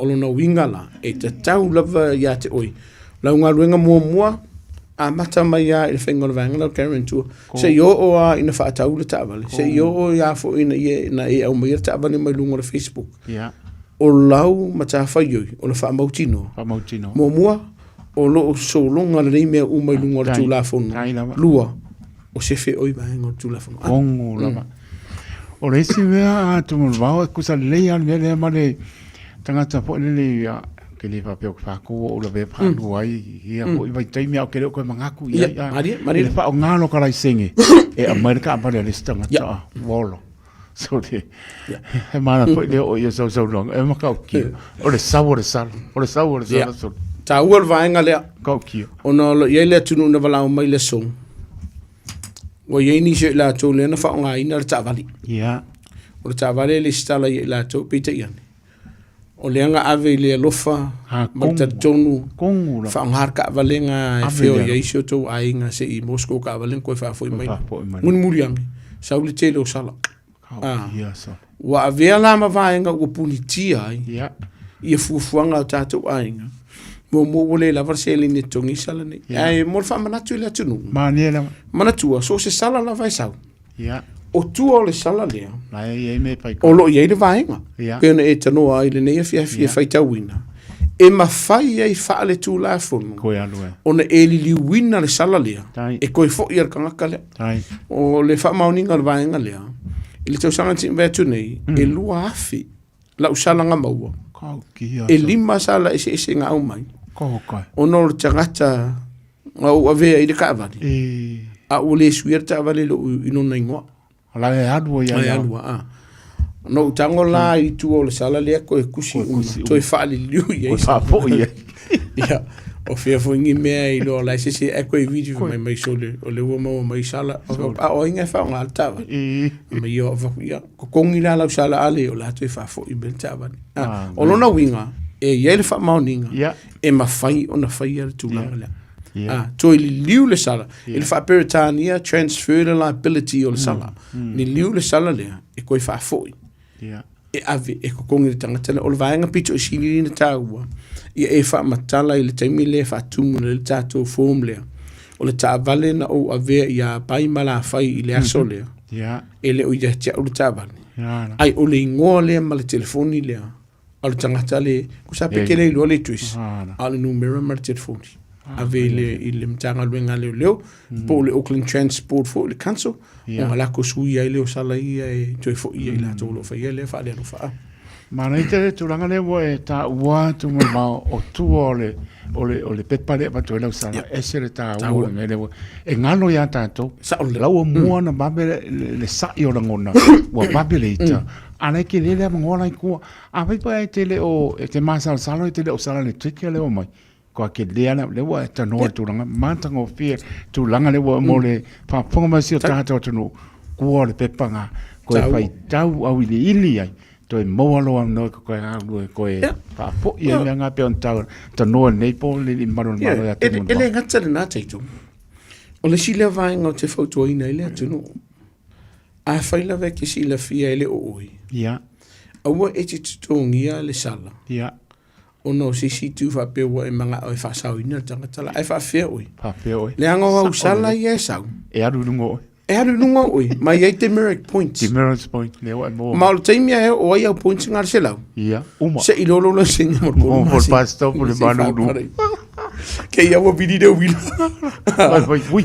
va que ora que toma pero vi ko vai o ia na fa manga ko mai demerit point caro fa le la le wa le wil la nga ye se fatamala e se ta wo na va nga la iti ina ia mana tu ele tu ia wa sa ngole mu fa sa ona ne fa fitaito pena ta wo te mu sola o le vea so nei leo lo fa la wilo ma fa ta wa ina ile pui ina na yu tatu tamam tina ma tu mai sa wanga ai ele fa no ngal te mine nei ono lo ye se vai nga lo tini na bala au mai na yu tatu ai ina yu tatu tamam tina ma tu se le ta u o le vai nga o la o le a fe ila to lo fa nga lo fa ma o to lo pulo pa to lo fa ma lo la fa tai ai e patino al tato fa tuanga de nefia fi mo ila to o la to fa ye le fa le ma so tu la fono mana tu fo ite to ma fa fonga le tu ya mani la o le matu o so fu na yu tato tamam tina ma tu o ye swing o so fu nga ile ma fo fa mani la nga mo mo na sa ole o ye swing o so fu nga fa le tino ya mai ile to po ma le ile tele ma le fa nga ta o le nga luenga le way tonu le way e le ngata ia i lātou, ai mo i lātou, o lo tausia na i o tātou tamati nā mātutua. Mai leo toi pōfu me le si le fia le tunu. Na iei nisi o vaenga o leo na o i le tūla fono. O na i o tātou mātua o lo ono nofo i tonu o ainga, a ua iei le wha maunianga, o lo sa waina. Lua, o na i o tātou mātua o lo ono nofo i tonu o whale o nofo ango tangata mātua, o lo sa waina. O lo to tele i alo mafana o le tunu o lo whainga luenga nei. Mone le sau no. Ma iei nisi o ainga o lo whainga luenga nei mātua tala noa. Ma inga momua. O lo tau mawhai le whaasese, upu whaafai fie o lo whaavale aina le o lo mkua marko inga. Le o lo nofo i nofoanga ni o lo eva ai e lalo ngā luenga. Momua, ia lako bank account ma lato tupe. I le kaunga e whaia rwainga lea. Ia lama. Pauane o lau ngā luenga, o le va aia le o lo lato soifua malo loina. I nofoanga o lo iai. O la whautuanga i lea tunu. Ta o pe yo la tu ai ave ia la ko kuskupe me vai la to e la ko ke fai ngai ma ni la o lo ia se vai nga fulile wa ka wa un pipi lo to la to lo fai nga ruinga ina ita mamti na mate tu o nga le sa wel pension el lo ko mar ko inga sa lo ko ila o lo tu vai nga na ise le ta wo mo si fio le tu na ona fai ele o fai nga ila to le lo fai nga le ise pikang ai fai le lo fa Wainga mo mona na lua. O lo o iai le whaafita uli. O le fia ingi lo mkua marko inga tulo whaafonga le tunu. So ona ia tunu la valenga na la whaonga ina whaafingo fia mo tata por kalami. So nga kasu solo lunga lo mkua marko inga pia o le taimi e whaaino e la tu fua la au. Su ia i o la tu ia afu mo la tu la e. I le whaata i le ina la fo i whale le taua. O le au nanga umalea ua le sefe ai.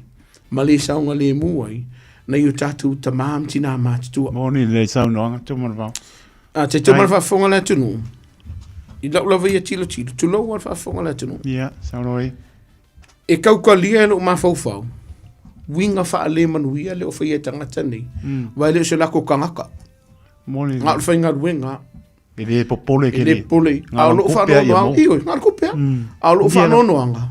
O le ua oi tonu ainga i o lato walo ma whanau. O whai eitu. Na ifo ma i o lato manaba. Tonu ma o tamana. O lo whai edu wha le lo whalea. O le o te tonu le whewhine o lo whaafonga mai nisi o le tonu le na mātou tala noa. Ma mau o se whesosoani. E nei o tātou ta mātira mātou o le wangofo i nisi o lato tau ainga. Vaenga mōmua. Mana tuolo i por kalame le whai e le atunu whaftai le atunu o New Zealand. Le si seni nei o tātou ta mātira mātou o le wau mai New Zealand nei. Mānei. Mana tua, o lo iele se le ni o lo maua nei o tātou mātua na te mini nei. Moni sauno. O e nisi la tunu o walau mai, soli. O le o se kupe lom kua marko inga, ai whaonga i la tō. Lelo me wali. O ngā kuri lo lom kua marko inga. Alo pai. Ai le manga o iu ma aver tupe e ki pira kulia. Kua lako. Ele o se vaenga le leile vaenga. Ele o se alofa. Tūlanga wha keu isi ano. Yeah. I le wha leanga nuu. Ma le wha tūla fono. O e solia uma vaenga i. E le titauna e whaia le vaenga lea. Kau kia. Le si vaenga, o lo o whaitio ina, se upa whaingo fia fo lele, o lo o complain po whaitio na i o tātou mātou o lo o sawaine, i lātou i titono o lātou la vaenga. O lo no winga, e le o se whaafitau li, le titi whaafitau li. O le si vaenga, o lo inisi o tātou mātua, o loko e kongo poku mai si vaenga. O la o whautuanga le atunu. A fai, mai o te le tio, taito mar whaafonga le tunu, e le o se ngaruenga whaingofie. E le whaingofie. Eioi, ai a fai, e te sila fia wa a vea ma vaenga, o le a e soliina i le tūla fono, ma e le tau sia le le iai lato whaamona muli. Si i lungolo a mo se sosoni. Wa ai nisi o tau wainga. Tala noa iai. Wa ai nisi o wainga. Pasoi. A wakulum kua marko inga ko ki kausia wha mani. Se i awesi nga maa rolonga. A wakulum kua marto ina polum tua fo pole to ina. Fai se ko kausinga. Wa fai asi ke le o le whawhita au lile o ia ui lo ma fau. O lo fo i malo si lo fia malo lo. Lua. O lo iai no fuanga le lei i te tonu ni sila nei. E mawhai o na ave nei tātou mātua. Tau sile mo la tu sa ngole mu. Ai se vaenga mo. Ele nga tele la matir sa ngole mu na yu tatou matu. Ai la e a fai ngai kulafo. Vaenga mana tu. Sorry kulafo. Ele o te po mala e sile fia la tunu. Monile. Ile tau sangan se vete nei po na tu atu. Le sa mo li ai se tina mai se tatou tunu tonga. Le na maliu si ona to lua tu lo fa fonga la tunu. Ia ai mo atu fuidele. Te le yo fa le tonu inisio manua masai ai si tamale. O larta u le vainga out of abuse. U le vainga ma u le fa maon. Le tausingo i lato. Le na mo li ai si tina. Ai le ngar kasinga. Ia. Wa yai ni se lato o mo lia makua. Tu sa pe fa mai ngai ki ngai ngai la ma po tausina yo matu. Ele ai saupuli. E te fa o ia lato me tino. O le vainga de mo se fia le tunu.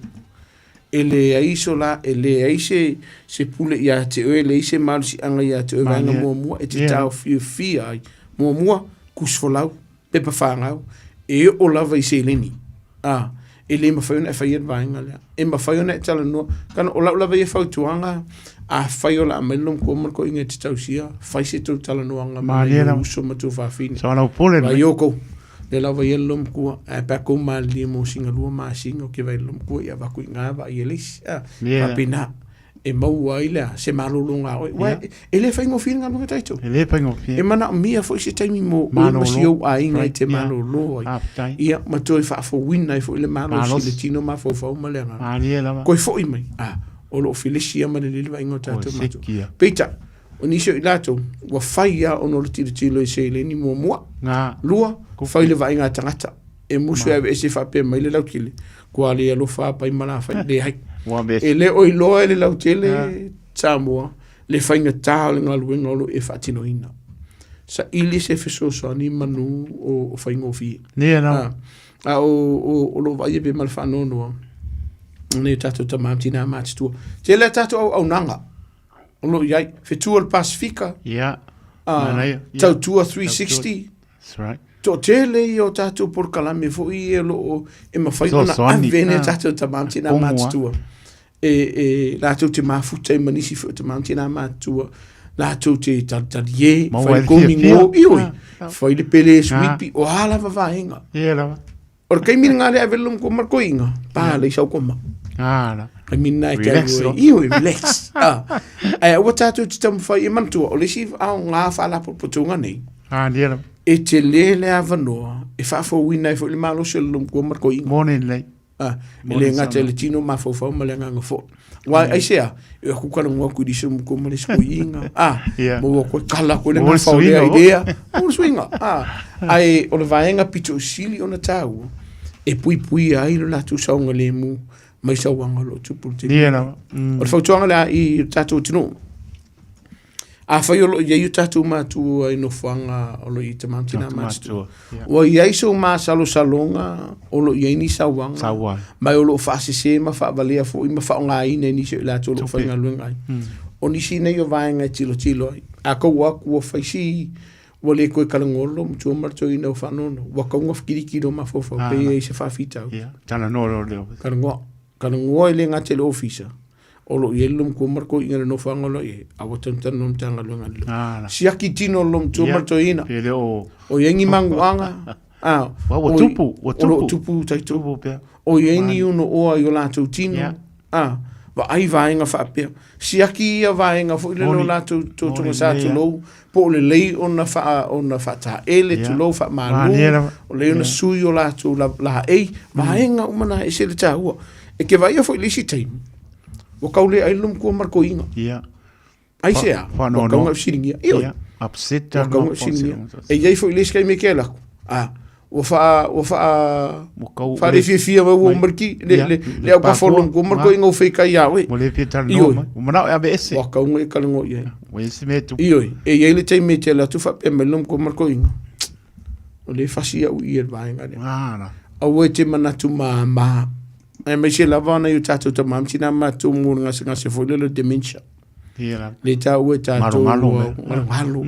o le vale matua le kina ka o ka kūro i ringa ngana na wa ta tauna e tala no e lom kua marko inga o hava inga o lo tupu o inga whai a le ei tala noa i le no whangolo i neo tātou mātua a whai la vai ke vai a kui vai inga lea ua le ai a sesuinga a ma whai o no tātou tau si o neo tātou mātua whamana mure whai e kulang taito e mo o lo ia loko mo ma vo fau i se avano e tau si nei o mātua e pita ua whai langi le lātou fōlang e o le si le vaenga mo aloma whanau ma le tātou tunu lo mo me le tātou porkalamene ne fiafi wa i whamaungianga i ki ua pasi fo i olu maanga ki kilo i aki do mo o whamangianga mai le tua o le tātou tau siene o tātou mātua i tono tātou lau mamauta e le sianga ingo whalum ko i aki oi ma le toina pe a whai ele o se whemsa o ngane mo o le vaenga pito o si ili nana tā ua po le alo o lofa ina i o mātua ai a whai ele o sefe i lau ngai yoinga po se ngai yoinga se siolo ai ngai au fia i lo to lua malau whanau whamuna mori a belum ko marko inga se no fa sa ma le mu lato e se le ta u o le vaenga le ono lo vai pe mal fa no le a fia o le tunu i sa wanga lo lato fa ti le mata ala ile ta mata ala ile e se le ta u o le vaenga le mai mau ia taito ia te u ia mala tilo pamnianga pamnianga le misi o le tau sia nei o tato te mamtina ma a fa ia la kullo mo ku pe tau te o ia silom ko marko inga ai la o melom ko marko inga fa pelenga yo venga u le ile o fe keika fa malon fa tenga luenga lo fa ye o tau ainga ai tala no ma fa so ai po le me o sa on mele kan ngo melom ko marko inga le vai ngola u pele ai o te fa tele tunu na bala mai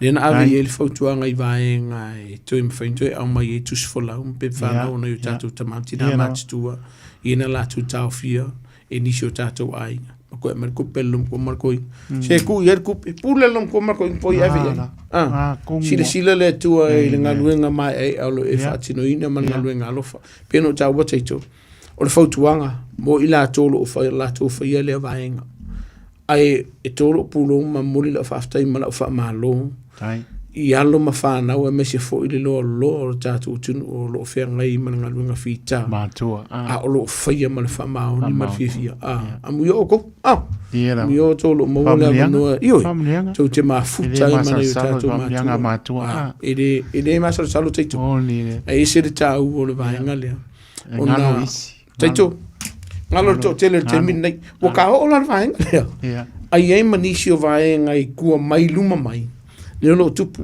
va ai le va ma tu on fa na wa makang so sopo ia fa na wi matua le lo tupu termina le lo kwao o ai le vaenga o fa o di mai le fa na wi matua na ni se tatu tunu pe no ta wo taite ne mfeno ta wo la to sofa ai wo na matu tala no soli e fa kulum ko marko inga de ile fa mal fa akuli fa fa kam giki fa lo le on maku au matu nei la ta tu tilo il va ngol limas fulu anga ile no fulu i tausa right ko la fa ko ngale abelum ko marko inga kia ina yu tatu matu kuli fa mal fani bidi de e ma ko le tu nu fa peso le sia kala de ile mana tu taito la sa o le au fa funga mai alum fana no te lo e alum fana le fa funga mata to sa no au lo no o le tulanga o e so sopo yu maku ona e lole ai ma fa ya ona tausi o ma vai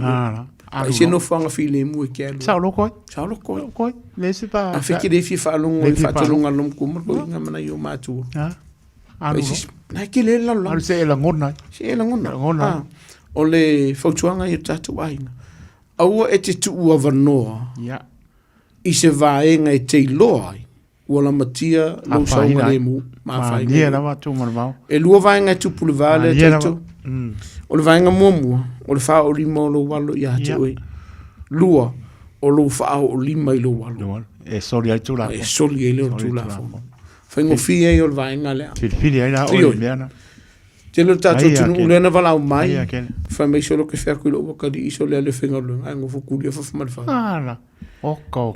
faingo fia i o le vaenga lea su mai lumo tatu ofisa Paku kako pepa ia ka o le trespass notice for it. Ai ake. A fa we so polling e lo saunga le mua ki kango e ave pepa le li ile porta bai taile. Ia. Bili mtanga luenga le ko ave yai. Kiliva Nga ko mtanga luenga le kiliva yai kuli le fafa mafadi. Ai ake. Fai o sia o inga. Ai ake. O le ngaluenga lo fale na ki fa ke ia ile. Pui ai le malo le malo i lo walu. Kongo. Ai pui ai o e martina la inga porta ma la inga i lo saunga le. Ia. Mai taito malfafonga le tunu. Tai. O leo wato e fo i mele vala au le tunu e whaaftea a whautuanga. Ai ake. Wanga ngua kor fas pepa. Kangilo. Kangilo. I lolo le mawhaufor ka maki tu lolo whaafonga le tunu. Whai la si seon mea. Se ke le melanki. Ai mantua fo i tai. le whaafonga le tunu. E iai mafua. Waso sopo i le whanau. Ia. I le vama mātua. Mano natu eri ta māma tina. Kele. Ai ake. Kiri. Tai. Paenga mua, mātua. Wa kaunga kosis ka kolenga fo le vao o ima le whanau. Ia. Inisi o vaenga tau te whaasoa ai. Whaasoa ai. E leo se pā koso. E se pā. Se me. E ia le lainga. Ngā kongoa. E ia le taimi tātou te tali ie mo tātou fia ai. E ia fo le taimi. E kaunga whanongo me o ila kali ia kia ule o te māma tina. Tai tu mana mau. Ana ia. E ia vaenga e whaitio ina nei o tātou mātua. Mone le sau no. O le a whaafewhenga e whailo wakali i awale ai pia, awale ai maruanga tu. Ai musa oe. Ao lea so sa ilisia sala unga ruenga le whai. Raka kia pusa kongo le sa. O le a whaafewhenga. Loku karai lo ala e ba ai e laki foi pe a loku. E loku. O le a whaafewhenga e tala no i le atali i. Ao le solo musa ia o lo kamo whaingulo wakali po lo wafin. Tai. O iei le vata puia o le ua le mawhai o le ua solo ia. Ia. Aisea e mafua mai i le mawhai ona e sa o lau whainga. Ia. O tū la whono i te tono lo ainga. E pui ai, vaenga i o lo tupa mai. Lua. E le mawhai ona e tala noa i lau whanau. Uska il kokinga, a le whanonga mai. Ai, e sel mea lai ki sa mani. Ai, a kele. Te lei o tātou tunu o le karangolo i te mai runga kari. Sorry. Ia. Whaolongo i lo ki ngā mwhai whalelo ai. Ia. A o le vai atu lo le ngana la whaongai. O le aipa paku fōringa o tina i vai aso umu. Pasi o tama. Ioi. Kwa le pia vai e pana. E le pia vai e pana. O iei whanau o la tō whaia nisi o vaenga ia. Ai ake. Ona o le pui o le saonga le mu o la tō mātua. Tai tu marwa. O ile kai mi fo le lo so ko ile kari i fusulo martama. Ia. Ona o le pui o le saonga le mu o tina. Tina. Vaenga fia wha manino. Ai ake. I lalo tu la fono vaenga fasu marvalu. Tu la fongo solinga tu la fono hatela o tu martasi. E mawhai ona e whai ana ngai oinga. E pui ai oi. Ia na. Malista ngata. E sefe ai la i e whanau le vaenga le. Ai ake. Ai o le whautuanga la vai a mātua wha mole. A vei tātou mwhati te ingat whanau. Te tumal whafonga le tunu. Ia na ma. E pa ufo i lau piko la au i tono lo ainga i listaimi. I lau fo i te ino lo ainga. E i taimi o te sasi ai. E i keimi o ke se ai. Langa i le angelu uma tātou. Mone lama. Pa wale o le vaenga o te tatalo i le tunu. Mai o ke i lo fo ia. I ei se amanoa i te tala noa i lo ainga. Ia whamaru rufo i whangam ka mai ki tamiti martina o tamiti po o tamavo. E te leto i lalo e lo whamaru. Whamaulan. Pako i se kamai. E siri aku se me o se. Ngai a kele. E i le teimi. E ma whaiona e tala noa ia. Malia foi o kur whanga ua se voi anu nefia. Tanur tina la inga. Malia foi lo fina ngā loa i. E iei rāri si vahenga le manga le vahenga le. Ia. Au ole fai mau māsangi lo alo lo whaamalia e whasilisi as. Whasilisi as. Whaamalia nge whasikai au. Whaamalia nge whasilisi lua i kūra. Se a kōre. Leila, so kūra whong sa olan me lua i whai. Anu lo e mōre sero. Ia, waka unga sau ke maro. Mōre sero. Mahati tu mono bau. Sa olan. E tā ua le vāenga la. Pēno tā ua. E le sa o uma tātou i le telo. Mare la. Whatino ino tātou titi. Sa o sa unoanga tu mono bau. E paua lea. Kako ke sasi. E o tātou lolo tātou se. Kako ke lo solinga ku la fo. E se tāua vanga. O le upu moni te te mal fa fonga la tunu. Nia na ma. Wa ese talu talunga la soifuanga wa ia nei. Pela fam kalanga fa e kai. Nia na ma. E lo u lai foi Samoa. Ia kai lo ia. Ke le o mai ila ilo uru tu non fa fonga le ku. Ile ka lo makua. Ai. Ka aku ile si. Ai le o so se. Sia. O le tele I o vaenga vapia. Sakalia I lato ia vai taimi I Samoa. O le sasa. O le vaenga pitu sili lea o na tāua. Ea o awina I ana mawhana. Le o tātou o mai nei tunu. O le sasa. O le kula fo. Mo le sela. Ai le pape ngata mo. Mera nga tu lo mai lu pe te no la so mo. Mera nga lu pa lu fesa se como. Pa lu fesa se como ki. Pa lu fesa to. Ola sa sa. E sa bidia leo. Sa o le asa mo. Ku lo nga. Ole se sa ole ali. O le mai le u. Ane wa. Anga pape le ka dia sa ka ko mago. E pape ngi po pe mera. Ku li pa sa nga atu. E fai ala fa matalanga. Ma le fa funga le tu. Tai tu mo va. O ke fa afka I o ma tu I le sasa mal fa tu no. Wa anga le ai o pe o lisi malo vale le. Mo ala tala tai tu. Tu. Ai no ngokere ro ngi kai. Anga ka dia sa sai le. Peita iani. Wa ese talu talu ngol so ifuanga. Wa ese tu nu o tatu yai. E te taula o ngaka lo sasa I Samoa. E tatu wolo I loa tu la fono le tunu. Ai akele. E whaata waina le nei atunu. Ai akele. Ai ata tau alo ma whanau. Ala. Ai se a e ma fuanga le whaafonga le atunu. Ai akele. Ua tele ola ma soifua o le whanau ua mau mau. Mau. I se upu whaafai ngofie I le lima ke o ka kou mākua. Mātua. Manatua, wa ofa. E ese lea o inga I le whaaperitania discipline. Ese le sawaina I le whaaperitania assault. Wa le iloa le atunu whaawasenga le vālea. O le a whaafewhenga e kalango I kamai kiki. Aua ke kangi alai sasa. Alai sasa. Foi uma. E leo se discipline de vaenga lea. Sa wanga le vaenga lea. Ai akele. Tumor mau. O le a whaafewhenga e tala noa I le whanau. E ke laku tulo wale ngana.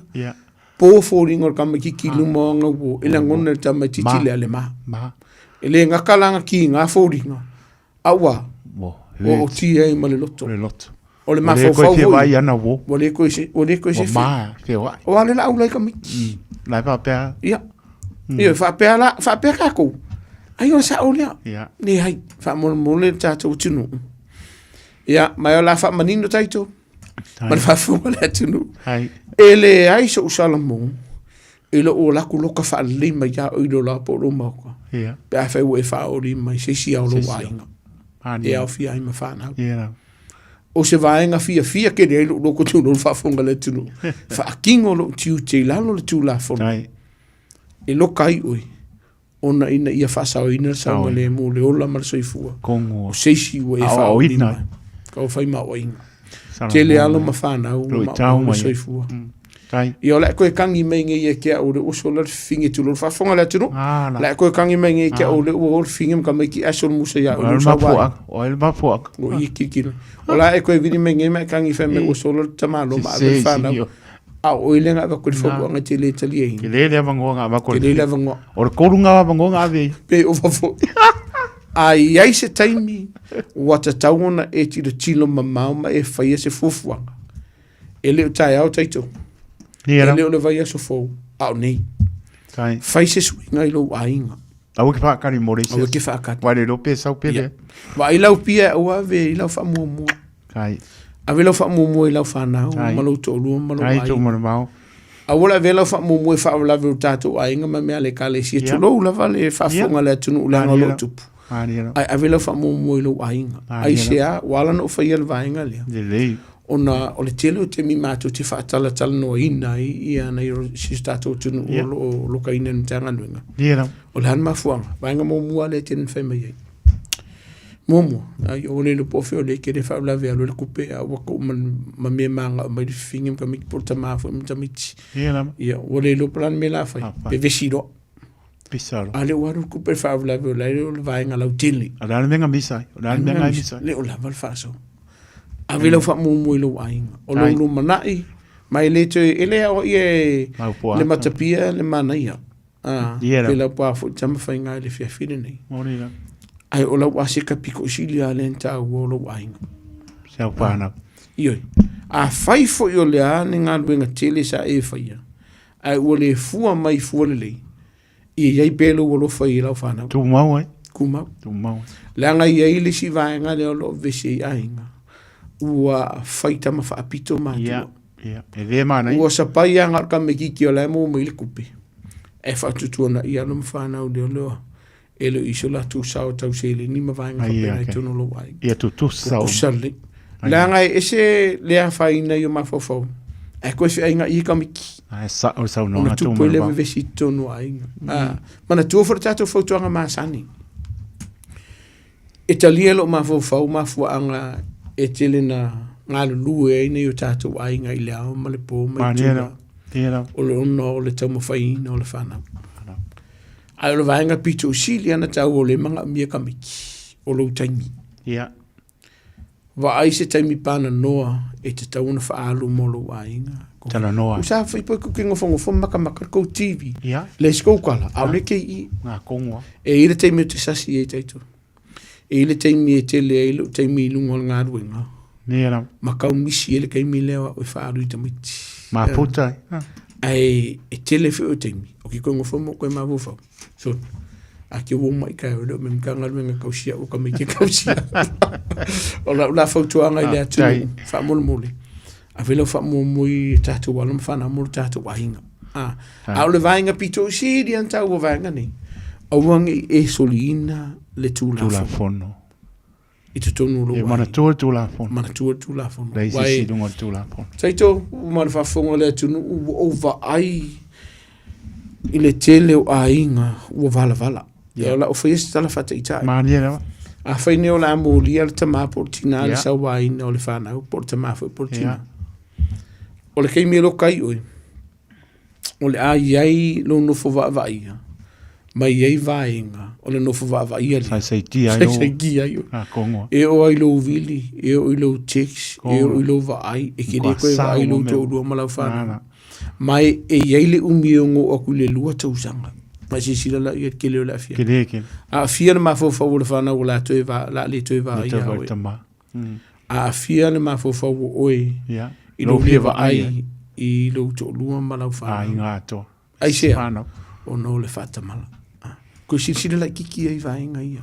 Toi la ngona mai ua too late. Whaisi kuai. O le lua tausanga lea. E les kan popo. E les kan popo. E oso e tu loa vai lupa ta noa to ma. E ai lan ki apolo e oso le vanga lua kau sanga. Kini. Ke le o mea tupu mai. E o na o stu langa e le pia. O ieri tina mare whana. O iele vaenga ua alue lurtina lea. Whailisi o na ai. Kongwa.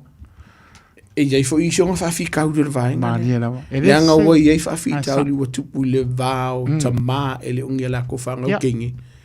Ma whanau tina I la tinai o la tu te nofo. Lia lawa. Au le vaenga o ngā peo nei ta ua taito le ia de pōlenga mtanga luenga. Pule loe le soifua. La. Taito pēno ta ua le taimi o sola le tātou tunu lo whafonga le fiafi. Lia lawa. E le ma whaiona e whai tio ka magiki sfulu o tausanga ua pule le soifua. Ia. Ai oi le iwa suma le iwa tausanga o le matua oisi. Ai o pule ar soifua. Pule soifua. E ta umai ai le te leo le a whaino o la tau ma whauwhau. O no vaenga o lo te tuputi tonu o la tau bolanga. O ie watu whawhautuanga I le atunu. Wa ai wha le isa wanga I tono tātou ai ngai te tauna whai titia. E ile kaimi kako ke whai ai wa sasi. E ile taimi tātou te tau ma whai ai ai tu tātou te tue pā ufo. Ai ai wha le taimi tātou te whai ai molo kako ilo. O le mesi sere kako ke whai. Nia nama. Wa le upo moni le whafonga le atunu. Peno ta ora taimi o sola. I lau sa valinga lava ia wha tu la fono. E iai ala taimi e te sasi ai. Nia Sasi mua ia baha sen kai mi ko sasi. E oro tupu. Ai a fe ole ke fai ngai, fai kai. Fai kai. Ko fai ko. Ilo sasi la. O le e fai malo sila. Fai masang. Io, o fai masang. Fia ia. Wa vai su. Ele o le mai le sai. Ele o ia sia o inga le ba. O le fautu ngai le atu nu ufa mo mo. Na me la tupu mo ia. Kili. E ke le fa fita o jeito. Kia. Soli. A faina o a faina la fa na wa faina lo ainga. Ai sei tia fe mo tu la fa. O le fautuanga. Tai. O le lava tu ne fiafi. Tai tu mo. O ia le fiso so ni mo e samu. Tai. I so o lava se taimi te mana mi ai. Ia ne fiafi taito. Tai. I le tatununga wa lava tā pena nisi o tātou vaenga sa tātala noa ne fiafi. Tai lava. E fisosani le tātou tunu i le sāvalinga. Ia lava. E le si lua vai aso po, le si vai aso po, le si tū la le o la ua kui. Awa le pui pui inga o he malo ainga mai so ngā tū la fono. Ai whaasao ina e fo inisi o whaafita uti. Ma le tātou tunu ne fiafi. Tai. Wa ina yu tātou ta mātina mātitua. Tai lava.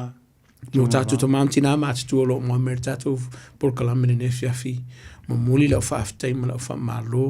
E le whaamanoina fo ne fiafi. Me sene yu tātou ta mātina mātua tātou por kalamene fionga mangele. Dr. Mangele. Tina matua fo i Fealofani. Tina matua i O'Brien. Tina i Lucy O'Brien. O i apahapa o lo i ai. Ia matinam tama mātua umoro tātou tunu. Ai mesina i o wahinga. Whaafitai ne fiafi tātou porkalame ma le whaavanoina o tō laamo o tō maota. E mamoli atu lo whaanga o tātou porkalame ma le tātou matanga luenga le lo i tātou tamam tina mātua umalawa.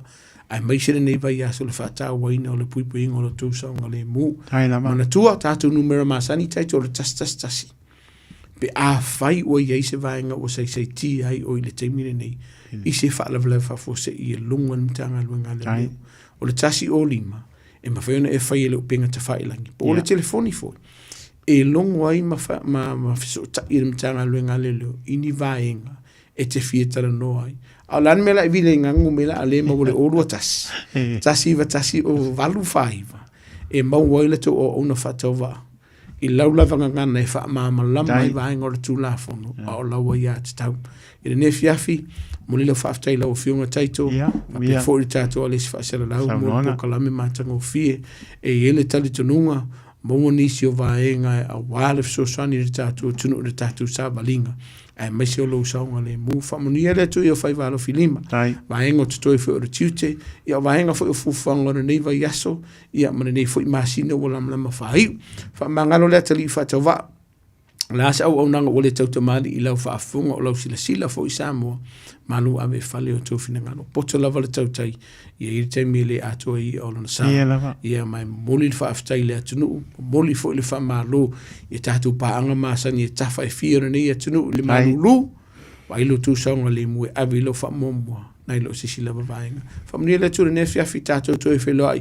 I leisi lua vai aso le tātou por kalami poa sa lulu ta i lua. Ia ai monisa le tātou tunu. Tātou toi wheloi le asa wharailo le vai aso nei. Whaawau le tātou por kalami o imaratu la whora ne whiawhi. So i fuame i manuia.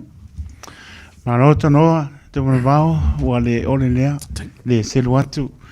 Ia, ai papatai le atua, tā reni o poa, ia mai se o le poto, mwana tamai o moa, ia mai se o lo toa ngā nuenga, le selu atu, e le nā le paunus taimiu tā maputai, o la uatala lea, le selu atu.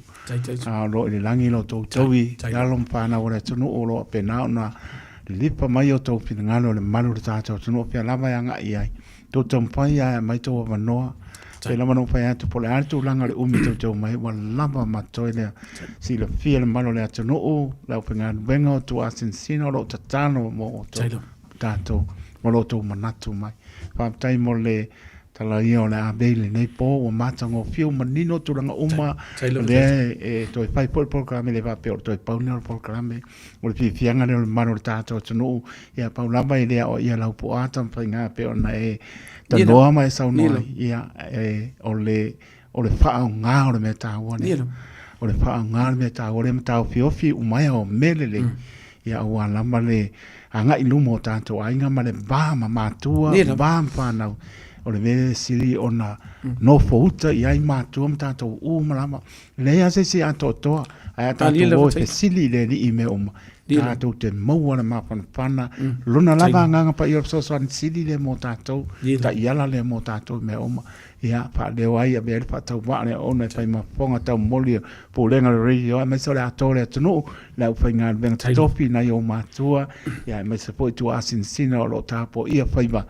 Ia matur fa malo ma tata ia lele ia mo pe malo si tino sili le nganga mo pe le loto mtala ia meso le pui pui o le li i le urfapo mo le urfale o pe lava tu te anga ia i manga dulu ia ia ti o tom so wina le toto ke riso e manu ia nei po whaapetai tele lo manatu le atunu, whaapetai su mai mo ngā lopa mo e lauso, maani suapa tu mo lopa tele pai tua, ia mane no fuano, sau nia le lipo i se lau lei, tanto e whelo e pai stai pti mo te nei, manuia wala i nungo, o iatu mo te malawa, ia e pā soifoia, nia le piapi, lopa soifoa.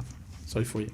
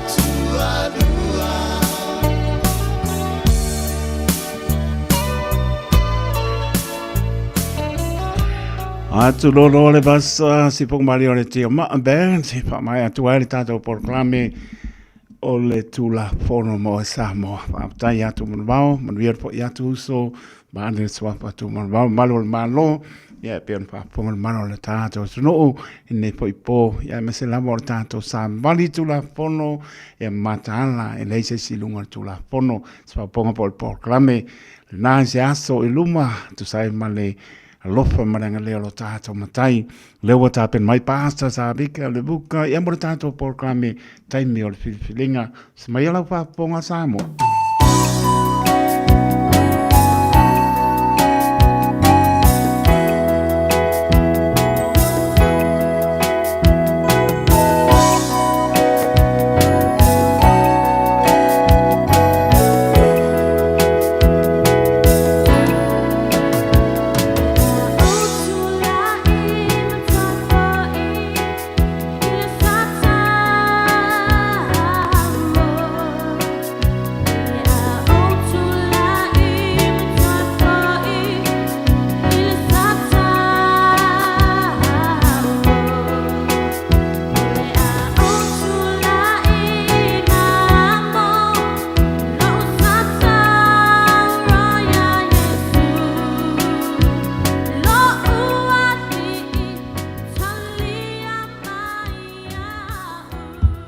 Yo Samoa, ia fia fo nei foi vai ngole.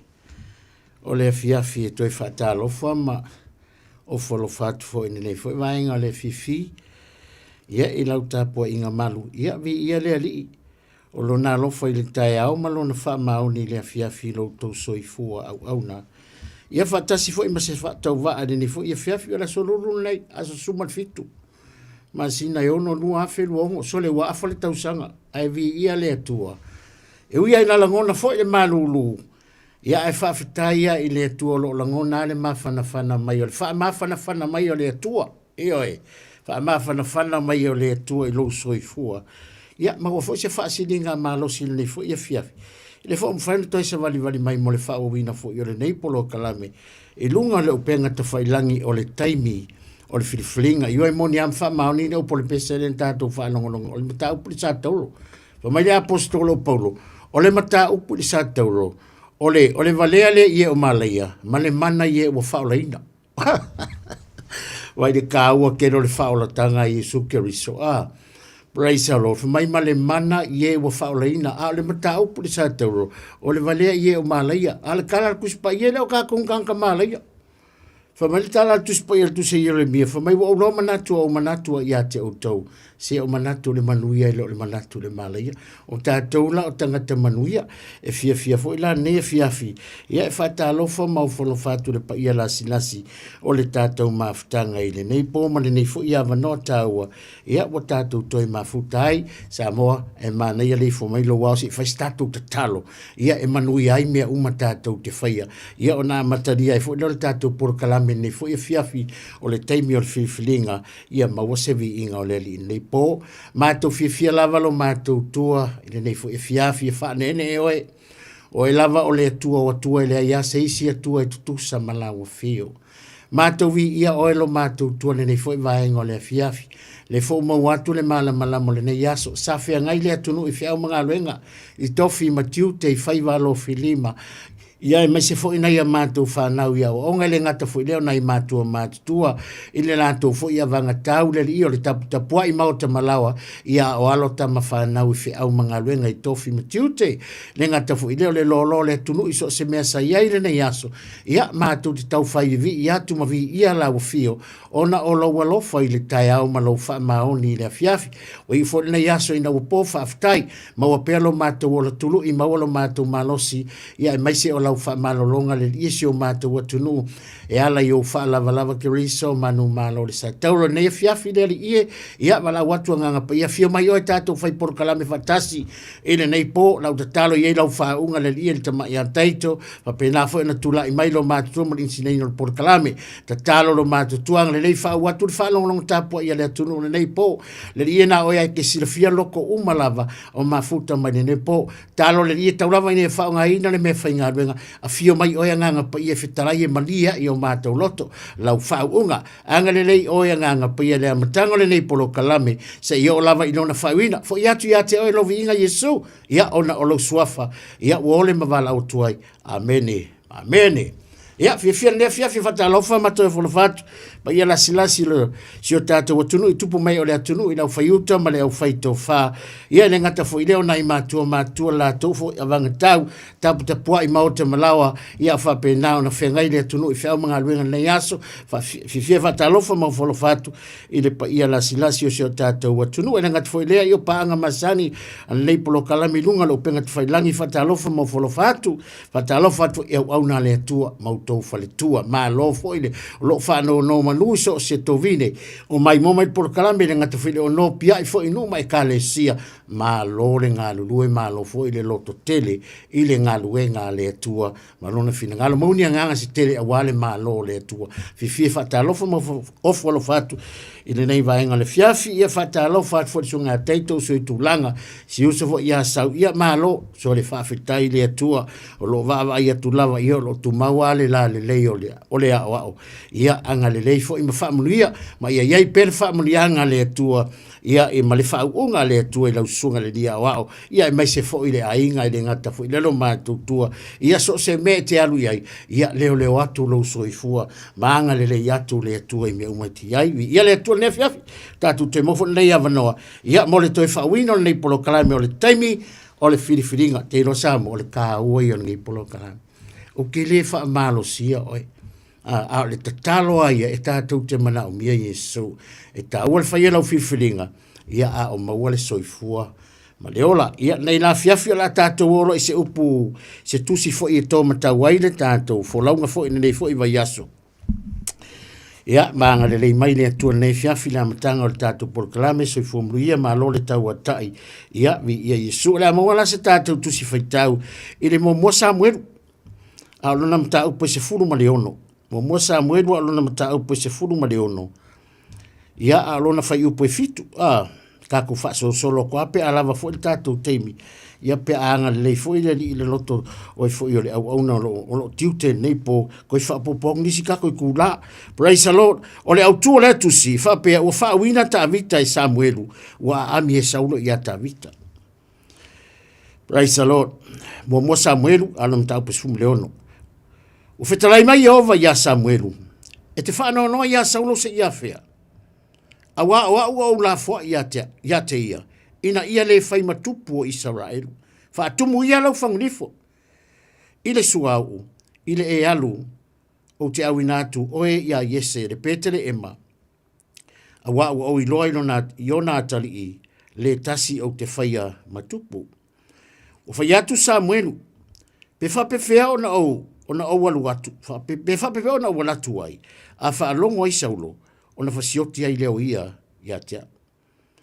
Ua fitalai mai Jehova ia e avatu se tamai povi ma fai ane ua o sau e fai le taulanga ia Jehova e te fai atu fo ia Yese e aluana i le taulanga a o au o te fai loa ia te oe le mea e te faia ona e fa au ule i le o te fai atu ai ia te oe ona fai le Samuelu le mea na fitalai mai ai Jehova walu i petele ema ona fefefea i leo to ina o le ai ilona aluatu o faiane e te mariu mai ea ma le file mu ona tari atu ai lea o ia o au sau ma le file mu e fai ai taulanga ia Jehova ina whaapa ia o tou ia te o tou mai ma ia o mai ia te au e fai le taulanga o ia whaapa ia Yese ma ona atali i ona fai atu ai lea ia te la tou e o mai i le taulanga o mai i la tou ona va ai lea o ia e diapo o faiane e moni lava o lo iluma o Jehova le o le a whaawina e ia a o fetala ia mai Jehova ia Samuelu aua e te va ai i lona tino po o le maualunga o lona tino a wā ua au te tee ia te ia a wā e le va ai Jehova ia pei o le va ai o tangata a wā e va ai tangata i le tino ai va ai le atua i le loto ia whaamanuia maia le atua ne fiafi e ala i le whaitawina o lana tuspa ia nei po ma ia i le atua pea lona vi inga nei mase i o i le whaavavau lava vi ia Yesu o se manatu au tu e tautata iei se langona i le nei e fiafi e whapea o le fua le atua na lafua iei Saulo o le fua tia le atua na lafua iei Saulo o le fuatia fo ia le atua, na ilo ai le atua, le tasi o whanau a Yese, e whai matupu o Israel. Whamaritala atu supa ia lei, whata o tola na tapu sumu le ono whai upelua, o ala uma le tangata,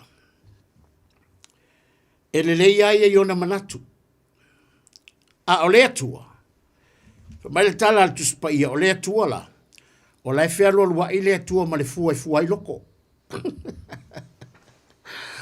O lai fea lo lua i o lai o le atua na te fuatia le loto o le tangata. Pe fai mai ai ke manosi, pe te fai mai ai ta mawa inga, ke mawhaia lea mea, o e ke fia, o e le mea lea, e maualau ko mai e moko, e maualau poto e ke lo fai le mea lea, e fua e le atua lau loto. A wā foi le anga e se ale poto fa le tangata ia. Ia e se fo ia ngā luenga mamana ale siri ese. Le anga e le mawhaia e le poto o le tangata se mea tasi. Pe au noa male atua. So se mea lava la tātou te whaia e tātou te mana o mia le atua. O le ala fo ila lea e fua e le atua le e fua ele atua le loko. Wai fa marikala le kusupa ia, hallelujah, wa te ia Samuelu le whaalongolongo kunga. Wai oi malama le leile atua i manatu le tangata. E le lilo se mea. E fiu le tangata ina nalonga loko i luma o le atua. So le, e le lilo lau loto. E le lilo lau loto i luma o le atua. E le lilo foi lau loko. O amea uma kākou ke ngā anga i luma o le atua soli. E iai ale taime, e lilongei, ai ai ale kai me fa adiari a fa adiari la le ku mengle e fa adiari le mala malama a fa yo like ku le pongisa o ngaluenga uma le pongisa like fa ya e ia le aso e kangoi ne ku au mai menga au mai foi la menga e au mai le ku le mala malama e fa ai lo fo ye le ku le mala malama me uma le mala malama aisia langa o Yesu o ia o le mala malama o Yesu o ia lava o le mala malama famali tala tuspa ia nga faya le tua le langi ma le larangi e o i le mala malama ma le podiuri famali tala tuspa ia nga faya le kua me ia nga faya le kua le podiuri nga faya le kua le mala malama ai ai le me manga ia nga ka mainga famaya ai o le ku fa ka singo le mala malama ma le podiuri e le ia se ava ngonga ku fa ka se le kua le mala malama ma le podiuri nga faya la le tua le mala malama nga faya fo ye le kua le podiuri ile makau kia le kua ai le iai masiava ngonga ku fa kasia ye le kua le mala malama ma le podiuri o longa winga la o le mala malama ia ma le podiuri e ku esese ia e angi vai kemi o li ke le yo me rai na ngofa kasia mamla ma le podiuri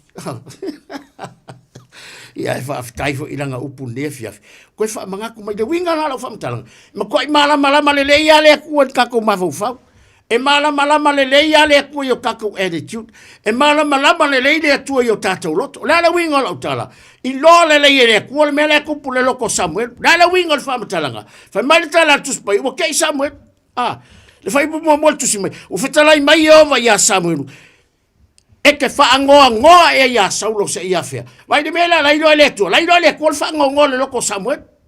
O le fia o lo loko, ma le ori o lo loko, ma le kuinga ngau o lo loko, e le lilo i le atua. Vai wa kei Samuel whaalongo Samuel, e le iloa Samuel, a lai ngofo le Samuel, lai ma kwai whaangoa Samuel ia Saulo.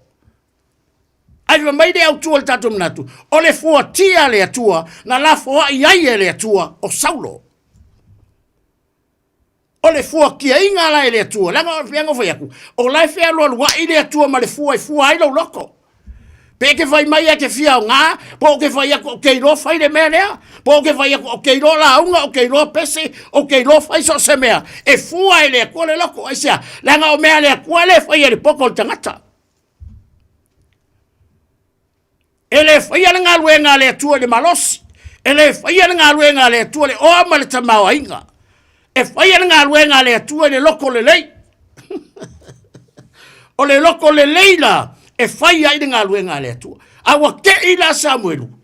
Hallelujah. Fōringa wa levanga manga o le kua e wha kingo le melea. Su e wha au ka vika. A o le mea kupu, o lai ngofo le lei Samuelu i le melea. Awa te ida wa fa te ia Samuelu. I le fa longo ako Samuelu. Fa mele kwa Samuelu. E ke fa ngoa e ia Saulo. Se ia fea. Ai vai ma ngai o kala le ko. Fa mai de kwa Samuelu. E ke leilo e o avesea. It's me. I reject. O avesea ke le avesea. Ele avesea se Saulo. O avesea Saulo. Aisa la ngai fua ele ko le loko kaka. E fua le tua le loto tangata. O fa ke ia la Samuel. Praise the Lord. I le whaalongo ko Samuel. O tau tala mai le atua. Kei role si mea mai e lau whai tau le atala. Wai se umaka ko whai kau ngor kusi. O lau whai kau kusi. Kei role mea kau ke. E leo se kangaka o le akua len kau kala ia Saulo. Len kau kala ia Samuel. Is a God. O le akua. O le akua nga kau kala ia Samuel. E leo se tangata o le atua. A wa tau tala mai lava le atua ia Samuel. Fai maisa bo kei Samuel. Fai maisa Samuel. Fai le atua ia Samuel. E ke whaangoa e ia Saulo. Se ia fea. Ai se aia. La ele me wa sanga whaangoa ai. Bo kei. O le aso langona pe afa pea. Wa avaku se avea ia le atua ia o e whaide me lea. Wa ele ngā yoi. Wa ele ngā yoi e whaide whina ngalo le atua. Wa ele ngā yoi e whatingo le mea. Wa ele o si kai le akua le o whikala iaki oi. A wa e ngofo le angai kangaka o lo wainga. Wa e malo lo le lo ngo fofa ka vale vale o ngai ke lua ainga ma le tangata lea. O nga o lau o lo wakari, o lo wafinge, o le kangaka i pakingo i ate oi. A lau fai mai le kua Samuelu e ke whaangoa ngoa e ia Saulo. Se ia fea. E ke leilo e o au. Te lore me mangia le kau kala i le upu. E te leilo e o au. O le atua lea. Fai mai le kua. E ke leilo e o au. Wa o avise. Wa o la fuai Saulo. Ai ele mangia. E le koi mangao. Te lo e au ngā yoi le kua. E ke ngā yoi loa, ngā yoi le atua. Wa lewa ngā fia ngā yoi le kua. Hallelujah. Wa lewa ngā fia ngā yoi le kua. I le vahenga le ngā kau le tau talai le atua. Al falawe lawe. E le ngā yoi Samuelu. Anga wa ngā yoi Samuelu. Wa ngā yoi le atua. Awa kei Samuelu lea. Whaalongo kong mai le kua. Whai mai le kala le kua Samuelu. O la, aisa, se kau mai a kiau. Masalo koe koe alfa apea mai o kala le kua. Se kau mai a. O la le mafuanga wa. Wa e sanga whaangoa ngoa ia Saulo. Masalo ele udo Samuelu, masalo hoi po lai do Samuelu. Awa kamu faya Samuelu donga malosi. Ala kala kus paya. Ele ole malosi, ele ole fika fika. Ele ole malosi, ele ole fita fita. Ah. Ele ole kalyota, ele ole solfalua. Ai au noi tatou ma le mana o le whaunga. Ma le anganga pa ia yake oi mau. Ah. E kako ke le mawhaya. E fai fua me kako ke faya. We do nothing at all. Elesi kako me, kako ke le mawhaia se mea, ngā o mea wha mainga mea kako ke whaia, pe ale ai le atua i mea uma tātou te whaia. Ele ai lo le akua, kako ke le mawhaia se mea.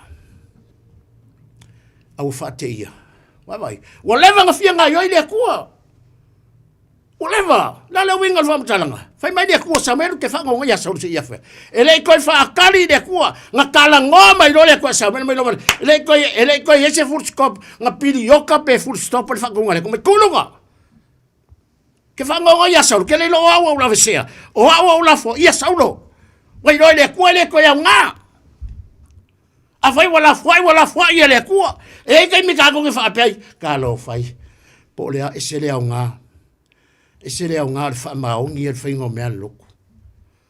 O le leia o si kama o si kenge. E whape ngā. Kako kala i koe ngā mea ia. Ma le kei au kako mea kunga mua. Walu ese. Kako fiu whaakari le sau wale koe sau. Ai kako ke leilunga. Wa ave ese lea kua. O le ka awai o le kako malama ia vaenga o le soifuanga. Ma le ulanga. Ia le mele o le alu ese aku. So le ai alu i le mafofau. Mai kalo fai ia si kangaka o ngā ia mea fo i ngei fo i kangaka ma ngei kala o so nga fai e kua so nga sungu i e kua ngei kala e whape ngā a kako ke lei loele o mea ia kako ke lei loele o kala ia ele o ngi kala o mafuai o lea kua e kako ke lei loa o lea tua wa whangala kala le kua ma Samuelu e ke lei loa e o au wa o la fuai e te leilo e o awa ula fua ia Saulo. Ina ia le fai matupo Israel. Kununga, tangol whangwifo, la aloa. Praise God. Hallelujah. Thank you, Jesus. Mai te whanongo e ia Saulo se ia whea. Awa ula fua ia te ia le fai matupo Israel. Famai leo, wa ngā yoi le kua, wa lewa ngā fia ngā yoi le kua, famai leo ma le kua, fa atumu ia lau whangunifo, i le suau, i le e alu ai, o te au ina atu o ia yese, le pete le ema, a wa o i loa i o nā tali i, le tasi o te whaia matupu o Israel. Vai di fua lea le tua, fua lea ko le fua tia le tua, na la fua ia le tua, Saulo, na la fua ia le kua Saulo. O le fua tia le tua. O le fua tia fo ia le tua. Ngai loa ai le tua. Le tasi o whanau yese. O ia lea, o le a whai matupu. Lea lau whai mai ai le kua ia Samuelu. Samuelu kuirunga avel whangifo. Ke loa anga ioi le tua. E ngai ioi le tua e kusamalanga upu. When you move, God move. O le kai mea ke ngai o yanga yoi le kua. O le kai mea ke usikai ai, usikai le kua. Praise the Lord. Hallelujah. Langa o le kua le kua whai mea kongu. O le kua e whai a mio kongu. Yanga ya mio kongu le tua. Le tua le yanga le malo. Le malo le kua. Le malakala kusupaya. Sa ili mua le malo le tua. Malanga ya mio kongu. O nga wha o popo a kwai lea. O mea siri. A o yei mela wa yaoi. A o mela e wakwe le kua. O mea siri. O mea wha o popo lau a wakwe le kua. O isi wha manguyanga. Pe a whai kako kia. Pe a whai kako ke ola i le a mio kongu. Ma kako ola mama. E markala kusu pai beangu whakule amatanga. Nga whaia le kua o le mana malama ma le pōri uri. So le, o leo ki wha mga kua. A ele i tango le kua kua whakas. Ele i wha pi ia le kua le mana malama ma le pōri uri. Nga wha. Ele i kua whakasia le kua le mana malama ma le pōri uri. E atangia mai. So le, ele fia la le kua nga mea. O le ngofo le mana malama ma le pōri uri. Kua whakasi le mana malama ma le pōri uri. Ai manga ia nga yoi kai mia nga yoi Samuel nga yoi no le tu ai lai kako kirkilo i menga le loko Samuel haleluya nga mafu ai nga fango ngo saulo nga mafu ai nga fango ngo Samuel haleluya nga le alwe Samuel e kusa male fina ngalo le kua alwe i fanga o yese o lo yai kanga i fuotia le tua le tangata o le afai matupu o se kasi al fanga o yese Hallelujah. O fai atu la Samuelu. Fai pelua. O fai atu Samuelu. Pe fa pe fea ona o walu atu. A fa longo ai la saulo. Ona fa sioti ai le o ia. Ia tia. Fa longo ka la Samuelu. Le mafua anga ngofo ai. Ele ngaka nga fa ngoa. Hallelujah. Ua ave ese saulo ma le ngofo ali. Ma le ngofo anga. O le kupunga. Nga fai ai ma kupu sau. Ia saulo ia Israelu. Praise the Lord. Ai vai oi. Pala ai, le ngofo wa fefe. Fa longo kala, fa pelua. Fa yatu Samuelu, pe fa pe feo na o batuai. A fa longo ai na saulo. Hallelujah. Onga fa sioki ai le o ia ia. O fitalai mai ova. Ia e avatu te mai povi, ma fa yane ua o sau e faile taulanga ia Jehova. Nga yoi le kua. E nga yoi le kua inga ua e nga yoi. Po le angore ko inga me ke kalangoai. God's time is a good time. A o inga kaukala, a o inga ngai yoi le kua. Ele ko suia le upu. Langa o le upu le kua, o le sua susu ele suia, o le meli sua marie, ele suia, o le pelu e tau whama ai onga kua lufa. Mara kala usupaya, e o olo na malosi inga unga tino, i iwi maa ano, e o iai le malosi o le pelu. Pea inga ngai yoi le tua.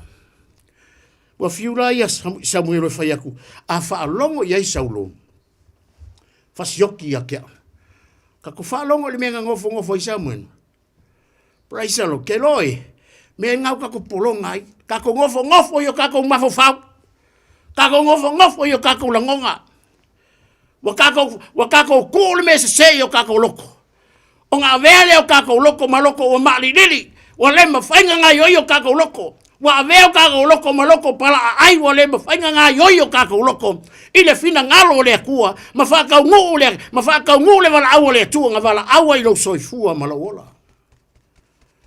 ma fuesia ma fuel mele ya ka Samuel wo ka kan kawanga o mayahan ya ka ko fa longo mi fa ngoa e fai le pule ku kasi ma le pule siri ese le ku pule mi ai fa ngongo isa murulenga yo isa man fa fenda ko lo ale ma sa mu fa longo la isa lo bele fa sioki le ya fiu sa man ma le ko kulunga Samuel kango ya vel povi lo alu pekele manga fa ile ya yese e ui for kaulanga o ingala o lo yai de kanga ka wa umanga fua ele kuwa wa umanga fua kia le kuwa le loko kanga lea o le tangata lea o le fasa i aile tua o le kaukalakala ma i aile tua fa mai de kua wa au i loinga o lo iai se kasi al whanga wa yese o ia nga fai makupu a Saulo ua au la fwai aisia nga fua ele kua le loko fua ele kua o le kua ele pio o le kua ele pio ka kaupo le angol e fai e lofa o la wo pele la wo ya oi e fai e lo for kan kan ko ainga o lo uso o lo ko finge o lo ka ma o lo kinga ma fai de ke awala nge ke de wa sewa ngale ami ko ngole ku male ami ko ngoi kam ka ko fai a le kuala e le fale ainga o le kua le fa ka ngaka le mafa fa le kua le fa ka ele fa ka ngaka nga awala ele fa le nganga le tua o le tua le se ka ngaka e kala pelo ai nga ka la ku se numero markala le kua markala palako o lo watua ele o se kua i pelo ai ele o se ka ngaka ele o se ka ngaka le kua o le tua ia ele pelo so se mea polo misi ai le kua ia oi e fai ai le tua so se mea lava e kaukala ai le tua ia te oi e fai ai le tua aisia langa le kua ele o se ka ngaka i kala pelo ai ma tau tia praise God e longa wo fai tau aku le kala le malfasi vaenga lea le kala le ka vika le fai le kala le a Samuel le fai le ku a fa longo la ye saulo maka ko fai fa kongo fo ye le ku anania ya lwe fa malo lo saulo kai minga kai ai saulo le mal malama o la me nga o ye nga fa longo inga le leo le ko mumo o anania mai de kua o le afa fenga fa me o kale e fa malo lo saulo ye saulo o e mala malama i me le anga nga fai ye saulo i le kalesia nga o le kalesia nga fa sioke saulo ka ka le kalesia ai le ia vele ma wala fa longo kala le kua anga nga yoi le kua e le ko suia se sir por kala me le kua e fa mal kala le kua ya anania alu aisia le anga o le ipu o filifinia vai ka ko le maka ki o le kua haleluya o le kua ke avesea o le kua ke au maia o le kuanga ke faia o le kuanga ke fa manguia e fa ai lo le makaukia e fa ai lo ya ke de makaukia o le tu e fa ai lo ya ke oi e fa ai lo ya ke wal kala le kolong fa kawas ile kaka foi de ngungu nga kilo so Yesu de ngungu ile kawaso nga kilo Yesu le tawaso fa mai lo le tala tu spaia pa wala le visini nga visini ya so Yesu ya Yesu o le anga sala o yang sala wa ga pawala me ki ke le ka ke va ai lo se me fo ku pu ko se ainga o angi me ku pu ngai kom ta sia le make anga sala o nga pawala nga me ke poko ai e ke mai ka wa fu nga me o le langa le soi fuanga pawala me poko ka nga le se nga le sasia mai e me o kupu yang fa mai so Yesu o ye yang sala ko inga man lo makupe yang sala ka kale kawas fa longo la le manga yor kala Yesu ma Yesu sore e ko ke le changa fa longo Yesu umas ko ke ka ko mai al ka o mer kala so ya le se va to le finga fia mai o ia la ngai ka kaule tanga ta lo ku ke ia o ka ko o la so fu o ia ko inga ke ka wia o le ma kwa sa ili aku ya te ma Yesu le ai fa longo mai ele anga sala al tawaso ele ai se anga sala al tawaso ele anga sala voi le tamama le tinal tawaso po ma tu al tawaso ai fa ilo ya ke le makaukia ma Yesu o ngaluenga yanga mai elo tama o ke faia mai lo Yesu e ao ngau foi nga luenga e ao foi nga ngalue manu o ao nga o mai de po ele ko nga lue se longo winga la o le po ala ia o le po moi a fai nga ke fa longo mai nga ke fa nga luenga le po ia nga ele asimo ia alfa manos o le po ia o le po moi praise the Lord vai ka ko le maka ki o le ku fa mai lo kala leto hallelujah. Praise God. Fai potolu. E te fai atu fo ia Yese. E aluana i le taulanga. O au o te fai noa ia te oe. Le mea e te faia. Ona e whaau lea i le o te fai atu ai ia te oe. Ona faia lea e Samuelu. Le mea na feta laima ia Yehova. Na alu i pete le ema. Ona fifefe ai leo to i ina. O le ai. I lona aluatu wa fai mai, e te mariu mai ea ma le file mu, o na tari atu ai lea ua o sau ma le file mu, e fai ai taulanga ia Iova i nā whaapa ia, i nā whaapa ia o tau ia te o tau, ma o mai ia te au, e fai le taulanga o ia whaapa ia Iese, ma o nā tali o na fai atu ua, praise the Lord, ma fai atu ia te i lātou e o mai i le taulanga. Fai upe ono, ua o mai i lātou o na wa ailea o ia Eliapo ua faiane e moni lava o lo i luma o Iova le a whaawina e ia. Ai whaalongo ni mafau ia. Ai whaalongo mai. Kai mianga wa aiaia Samuelu ia Eliapo. Whaalongo ni kala. Ele ke ale kingo. O la ai whaale kingo ale mafau Samuelu. Hallelujah. Whamai ua mai rātou. O na wa aile o ia Eliapo. O whaiane. E modi lava. O lo i luma o Iova. Le a whaawina e ia. Whamai na whamai fitu. Awa whetalai mai Iova ia Samuelu. Awa e te wa ai ilo na tino. Po ole maua lunga lo na tino. Awa ua au te te ia te ia. Awa ke wa ai kingo. Le maua lunga le kingo. Hallelujah. Ai sea, fai mai lea kua, ua au ke ke. Biango fai ak. O lai fea loa ua ai lea kua male fua tia e fua ai lo loto. O le polka lame la male faa winga o kavika. Ua umanga fua lea kua le loko. Hallelujah. Nga umalanga fua le loko, langa fua lea kua i ngai wa ai ai lea. O i ngai kilo i ai lea tua. O i ngā foie e whiri, e whai mai ai lea tua, o lana whiriwhiringa, e whiri mai o i lau loto. Praise the Lord. Hallelujah.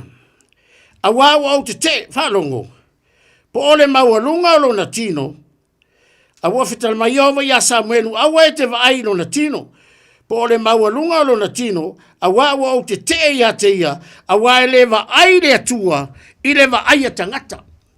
Awa eleva ai pe kilo le kua, pe fai mai le fai unga le kua i le tangata. Praise God. Hallelujah. Ua au te ia te ia awa eleva ai e ova pe o leva ai a tangata. Awa eva ai tangata i le tino, a o le kua eva ai i kokongu o le loko. Kaku whalongolong. Le ngei kala, o le kala masangi. Ai so se kaimi ka ke fai kau le ngei kala. So se kaimi ka ke kilo i le upo le atua. Sole, ka ke fai kau aku le upo le atua. Ai fai kau mai ka ika le upo. Ka ke fai kau aku le upo le atua. Ai anga le lei mai le akua i me wha manguia mai e le atua. I lo loto, pe ai kou anga i fai kau le upo le atua. Pe fo i wha fia lau fai kau le ngei kusi. Kusi umai ko kongo le kusi ngei. E ke leka i ka ngai fiu. Ale me tupu ya ke oi pe fa masangi le kusi. E kupu se melelei. E sui ai le akua lo wolanga. Ala kala wele la yop. Fa masangi male akua. Fa masangi male akua. Ole mangai o lo fa masangi male akua. Maya e ke file muai. O afa fika au le olanga. O ame vesi o le olanga. O ame yo o mai. Ai fa mai de kala kuspa ai fa masangi male akua o nga pawanga le awala ke file mo ai fa masangi mai e file mo ai mai le tangata fa no o masangi makinga ke ro me manga ia ngai ese le manga ia o le tangaka fa ngofa mai o masangi makinga o le manga ia o lo masangi de mena ai masangi da makinga o le ko inga fa ngo o mai e ke le ko fa ngo ke oli ai sia langa wa e masangi de mena wa e masangi male akua. Lo inga o me ki ngase yo le oki so sko inga me o mai o me ke falo ngo mo kau ma mulu aku lo faku sekulo. E ke leka kai e mo aku lo oli deri. Aisa langa wa e masangi ai. O le tangata fa no. Fe mai kala ku spaia ua masangi matinga. O me ai fa ngo ai. Ai o mai me fa ngo ai a o me ngai oli ai. E ori ai fa fe aku le kua fa fe kai me ki nga fa fe kai fa nga ka fa fe kai me o onga ke fa mai O ke vi ia oe, e le suia. E le suia la vi inga. Ma fuesia. O le ka ua ngā lo masangi. Tangata whaanoa noa ua masangi makinga. E se la mal whaangongo, le whaangongo isa. Le kako whaalonga le makanga. Le ka whai mai esa, whai mai dea kua, Samuelu, e ke whaangongo e ia saulo sa ia whea. Koe whai mai ma le kua. E ke leilo ea, don't you know it's me? I rejected. Wow! Ele o oe. Ele o seisi. Ele o saulo. Wow, I am God. O la fo ia. Aisea, a fo ia o whaiaku. Langa i fua ele aku. Langa le fia lua ele aku ma le fua. So se kama fusua. Ke le mawhainga e sa wae opso lunga le fua e ngoma le fua o paunga. E fua paunga sia kako a mio. E pevo ina al melea. E fua ele akua. E fua la lo kingo ele akua. Au le akua la. O e fua lo kingo ele. Ele kingo taime ke fusu ai. Po le akua ngā me le fua i o paunga. O le mamafa. Au le akua ngā. O le fua le akua. E fua ele loko. Ioi. Ia wan whaianga ngā le leo paunga. Ai le anga lo loko. E me whaianga fua o paunga. Ala ke fusu a ala. Fosi o lo ka mafi fai kupe. Alo fusu. Ki ngā ngai loa e ke le ma whaia. E le fe kau iau paunga ma paunga o kakalea. Ala e oso ai lunga. Ale ka ua o me whai ele kua. E fua ele atua le loto. Ia pā lengi uma mea uma. Nanga a whai ele kua mea. E pā lengi uma mea uma. Ai loke lo ka kou mea.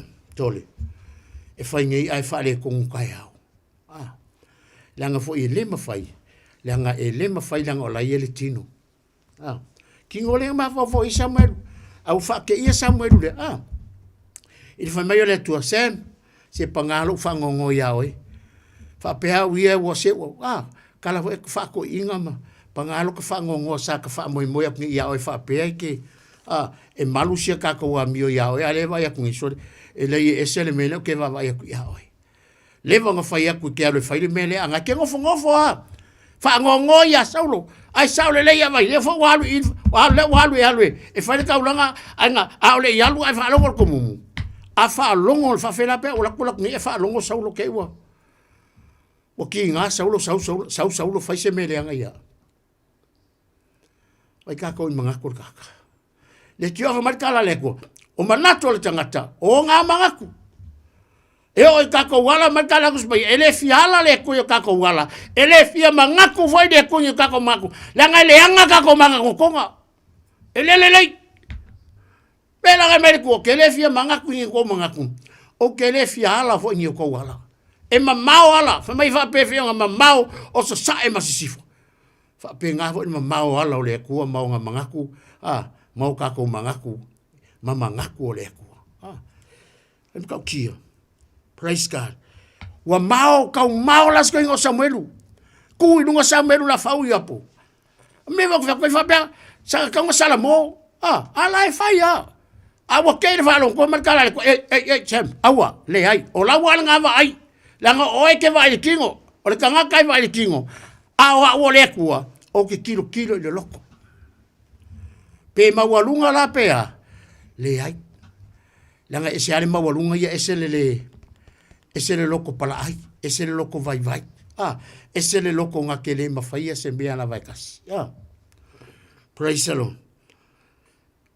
Ai foi valu ona vala au leo yese ya apina tapa ya luane o ye luma o Samuelu au faiatu ia ele filifili o sa ole make Samuelu ave wa makang fale ko Samuelu pe iva on faiatu le o yese ya luane o sama o faiane ia ele filifili fo ye yova le nei tangata o faiatu ia yese ia wane ona tari e tofitu i luma o Samuelu o faiatu fo i Samuelu ia yese ele i filifilia Iova i latou nei ona faiatu leo Samuelu ia yese wa atoma i etau lelea o fai mai o ia ua toe lava o le wii fa auta foi o leo ia i mamoe ona faiatu leo Samuelu ia yese ia ami ia te ia awa taute le vanga ia i le lao ai se ia sau o ia i nei wa ami a te ia o na sau ai le o ia fo i wa ena mumulo na ulu o na ulu ua mana ia fo i o na mata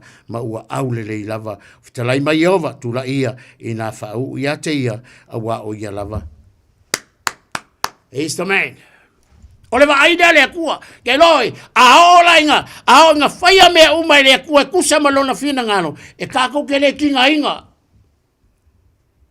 A ole mea ku mau foi. A ole mea foi e vi ia, e la ngonga umai kangaka, ma vi ia ia. Me whaia le kua. Whanongo ye, whamai le kalo, o le maanga ia, le mea le whamai. E sau, o le kaka sau whakonga sa kaunga sau e leve le ulu. E sau i au leanga e o le awa i le se lea. A lengo ful whakonga. Ai vai o le maanga i o le ke unga i le kua le tangata wa umanga fua kia i le kua le loko. Whamai wa sau tā vita, wa sau kaima le whakonga. Ai whamai e sau, e enga mu le ulu. Sori. A la sa ngofu le whakonga. Enga mu le ulu. Whamai e o i o nga lau maka. Sori. Mai makuai o lau maka o kaka o makuai maka. Se vai. Ala sa saul whakonga. Aisia, wa oma o nga fuatia e le atua le loto o le tangata. Keu fo i e le atua le tangata. Praise the Lord. E o le lao ai, fai mai kala le kos, fai mai kala a Samuelu ia iese, e kako ke le vanga ia le lao ai lea. E kako ke le vanga ia le lao ai lea.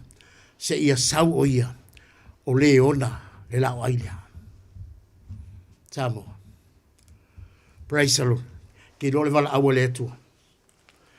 Au inga wala au le atua ia au nga fua lo loko e le akua. Mea ngai ka awai lea. Loko mama. Ia sidi o nga leo ina o tato loto. Whakau koe whawhai porusu kol. Ia sidi o nga leo ina o kakau loko. Aisia, whai mai kara lusu mai. Lea nga o inga e kupu mai ai le amio. Ia sidi la o nga leo lo loko. O le pesto rei banga oile kua. Ia sidi o nga leo lo loko. Aisia, lea nga o inga e kupu mai ai le amio.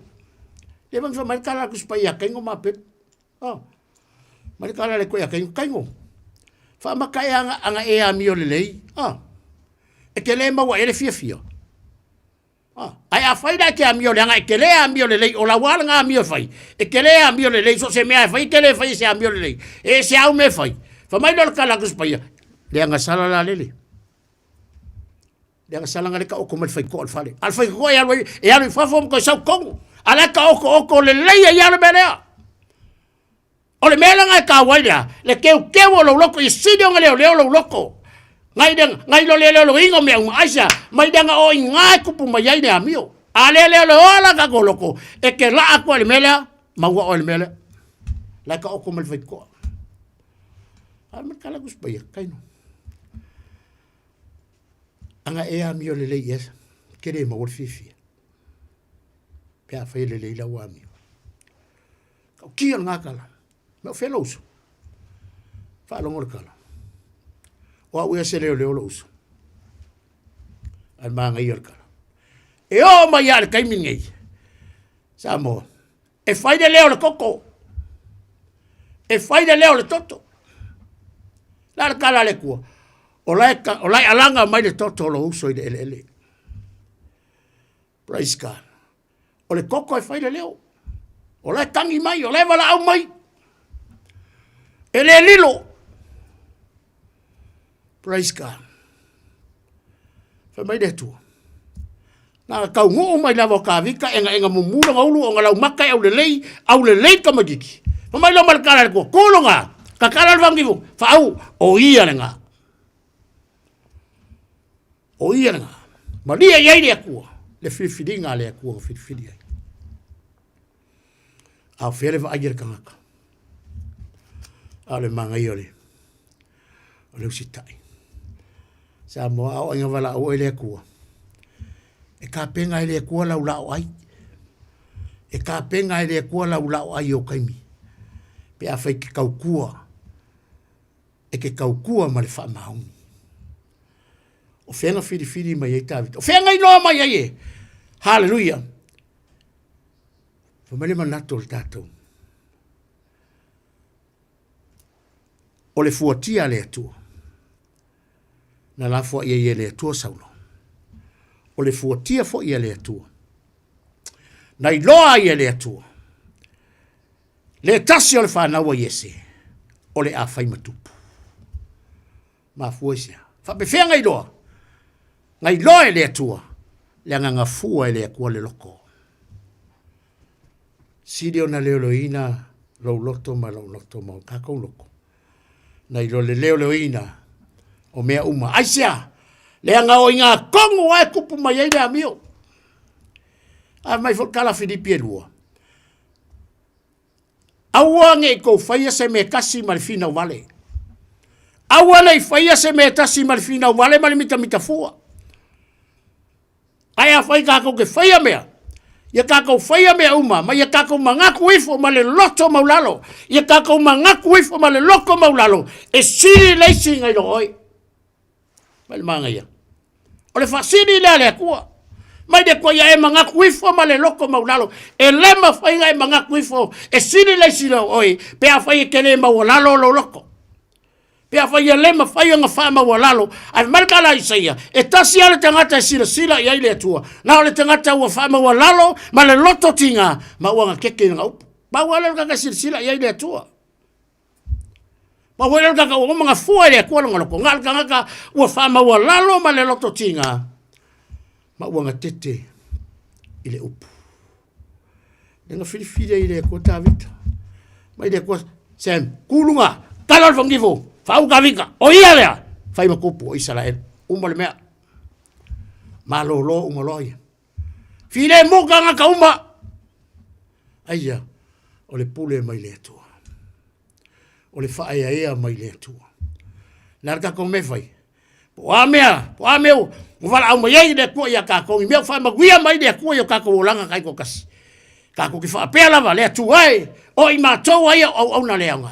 Tu mawalo wha tau wha. Fo ia te oile vinga. Awange ia kei mākau se metasi. A ia le atua. A ia i le atua. O lona lava vi inga. Nei mase i o. I le whaavavau. Whaavavau lava.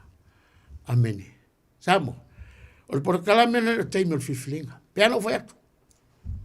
Ka wai al fai al e kere ko ma fainga ko fai sa filinga lunga tunga ba kere ma fainga fai se so walu e fai da se umara filinga o saule ale ko a mo wale ava no fai filinga e ke kua o mo oi al tau al pol fa mal tala tu spa le roma le iva fai po se fulu ma fai po iva ma fai po se fulu a fai e tau tino lo ngutu ile ri o Yesu.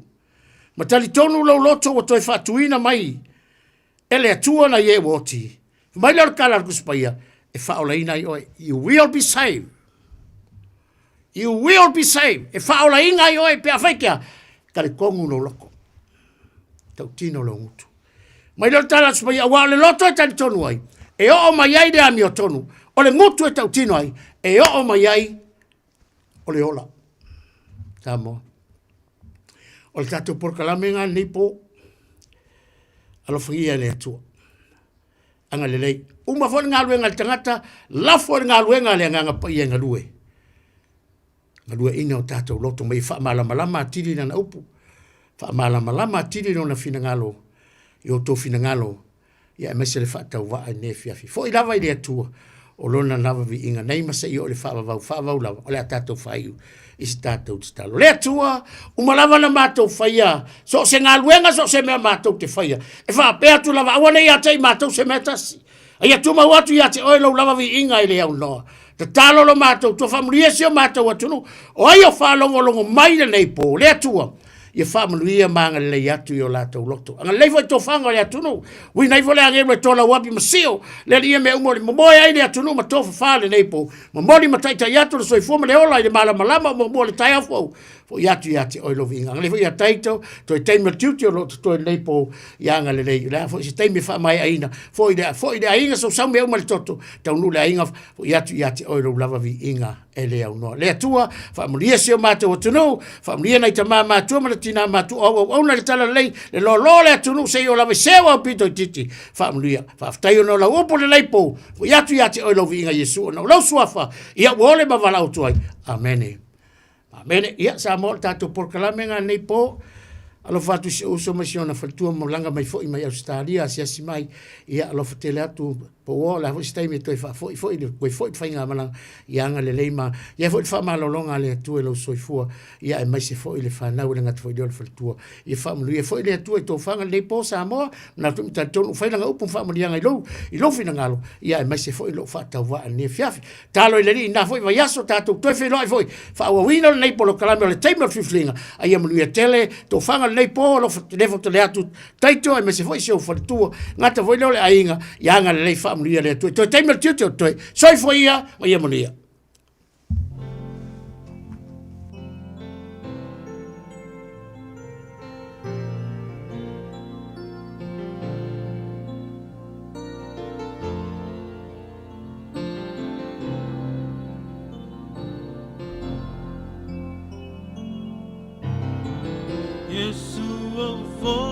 Fola e fai au fe au e muli pea e o tula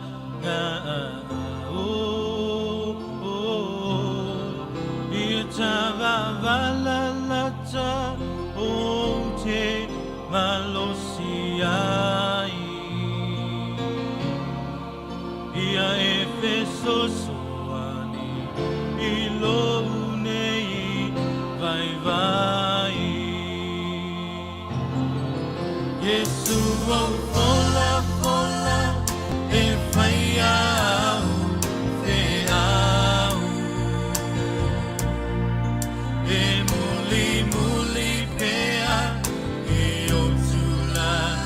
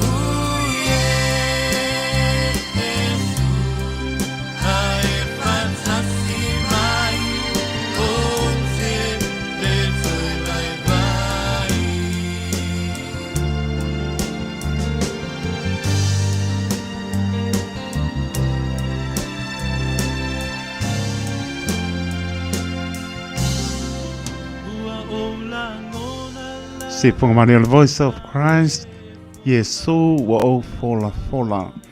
Pamai atu ene tātou porklame, toi porklame le nei po, toi mi o whiwhiringa, nei po, te perena e pāsta, tā vita le buka, e nei porklame, tātou whiwhia, talia, le upo le olo, le sulu i o tātou mai, man lama i o tātou wala, sanga mi i ai pe, o ia whangaina pea, olo tō soifua, maro tātou wola, pāne nganga, so ponga po nei porklame i la salulu mo mua pe au dia leanga leo matai manuia po ia tu ilungana la sunga pasta tamita lo tele atu paritua ma falo nia po nga venga lo pe na tau suina ile vai ole soifua ya wani nganga mo ia maron malo tau lunga i tau tua le ona fa tau vasa mo le atu no e pele le loto tai pa petai tele leanga lei pa petai le lofa tai ta sanga molia mo tama whanau sa mo lo ngā lue manuia ai whaiwa ta po ia e ha e mara manuia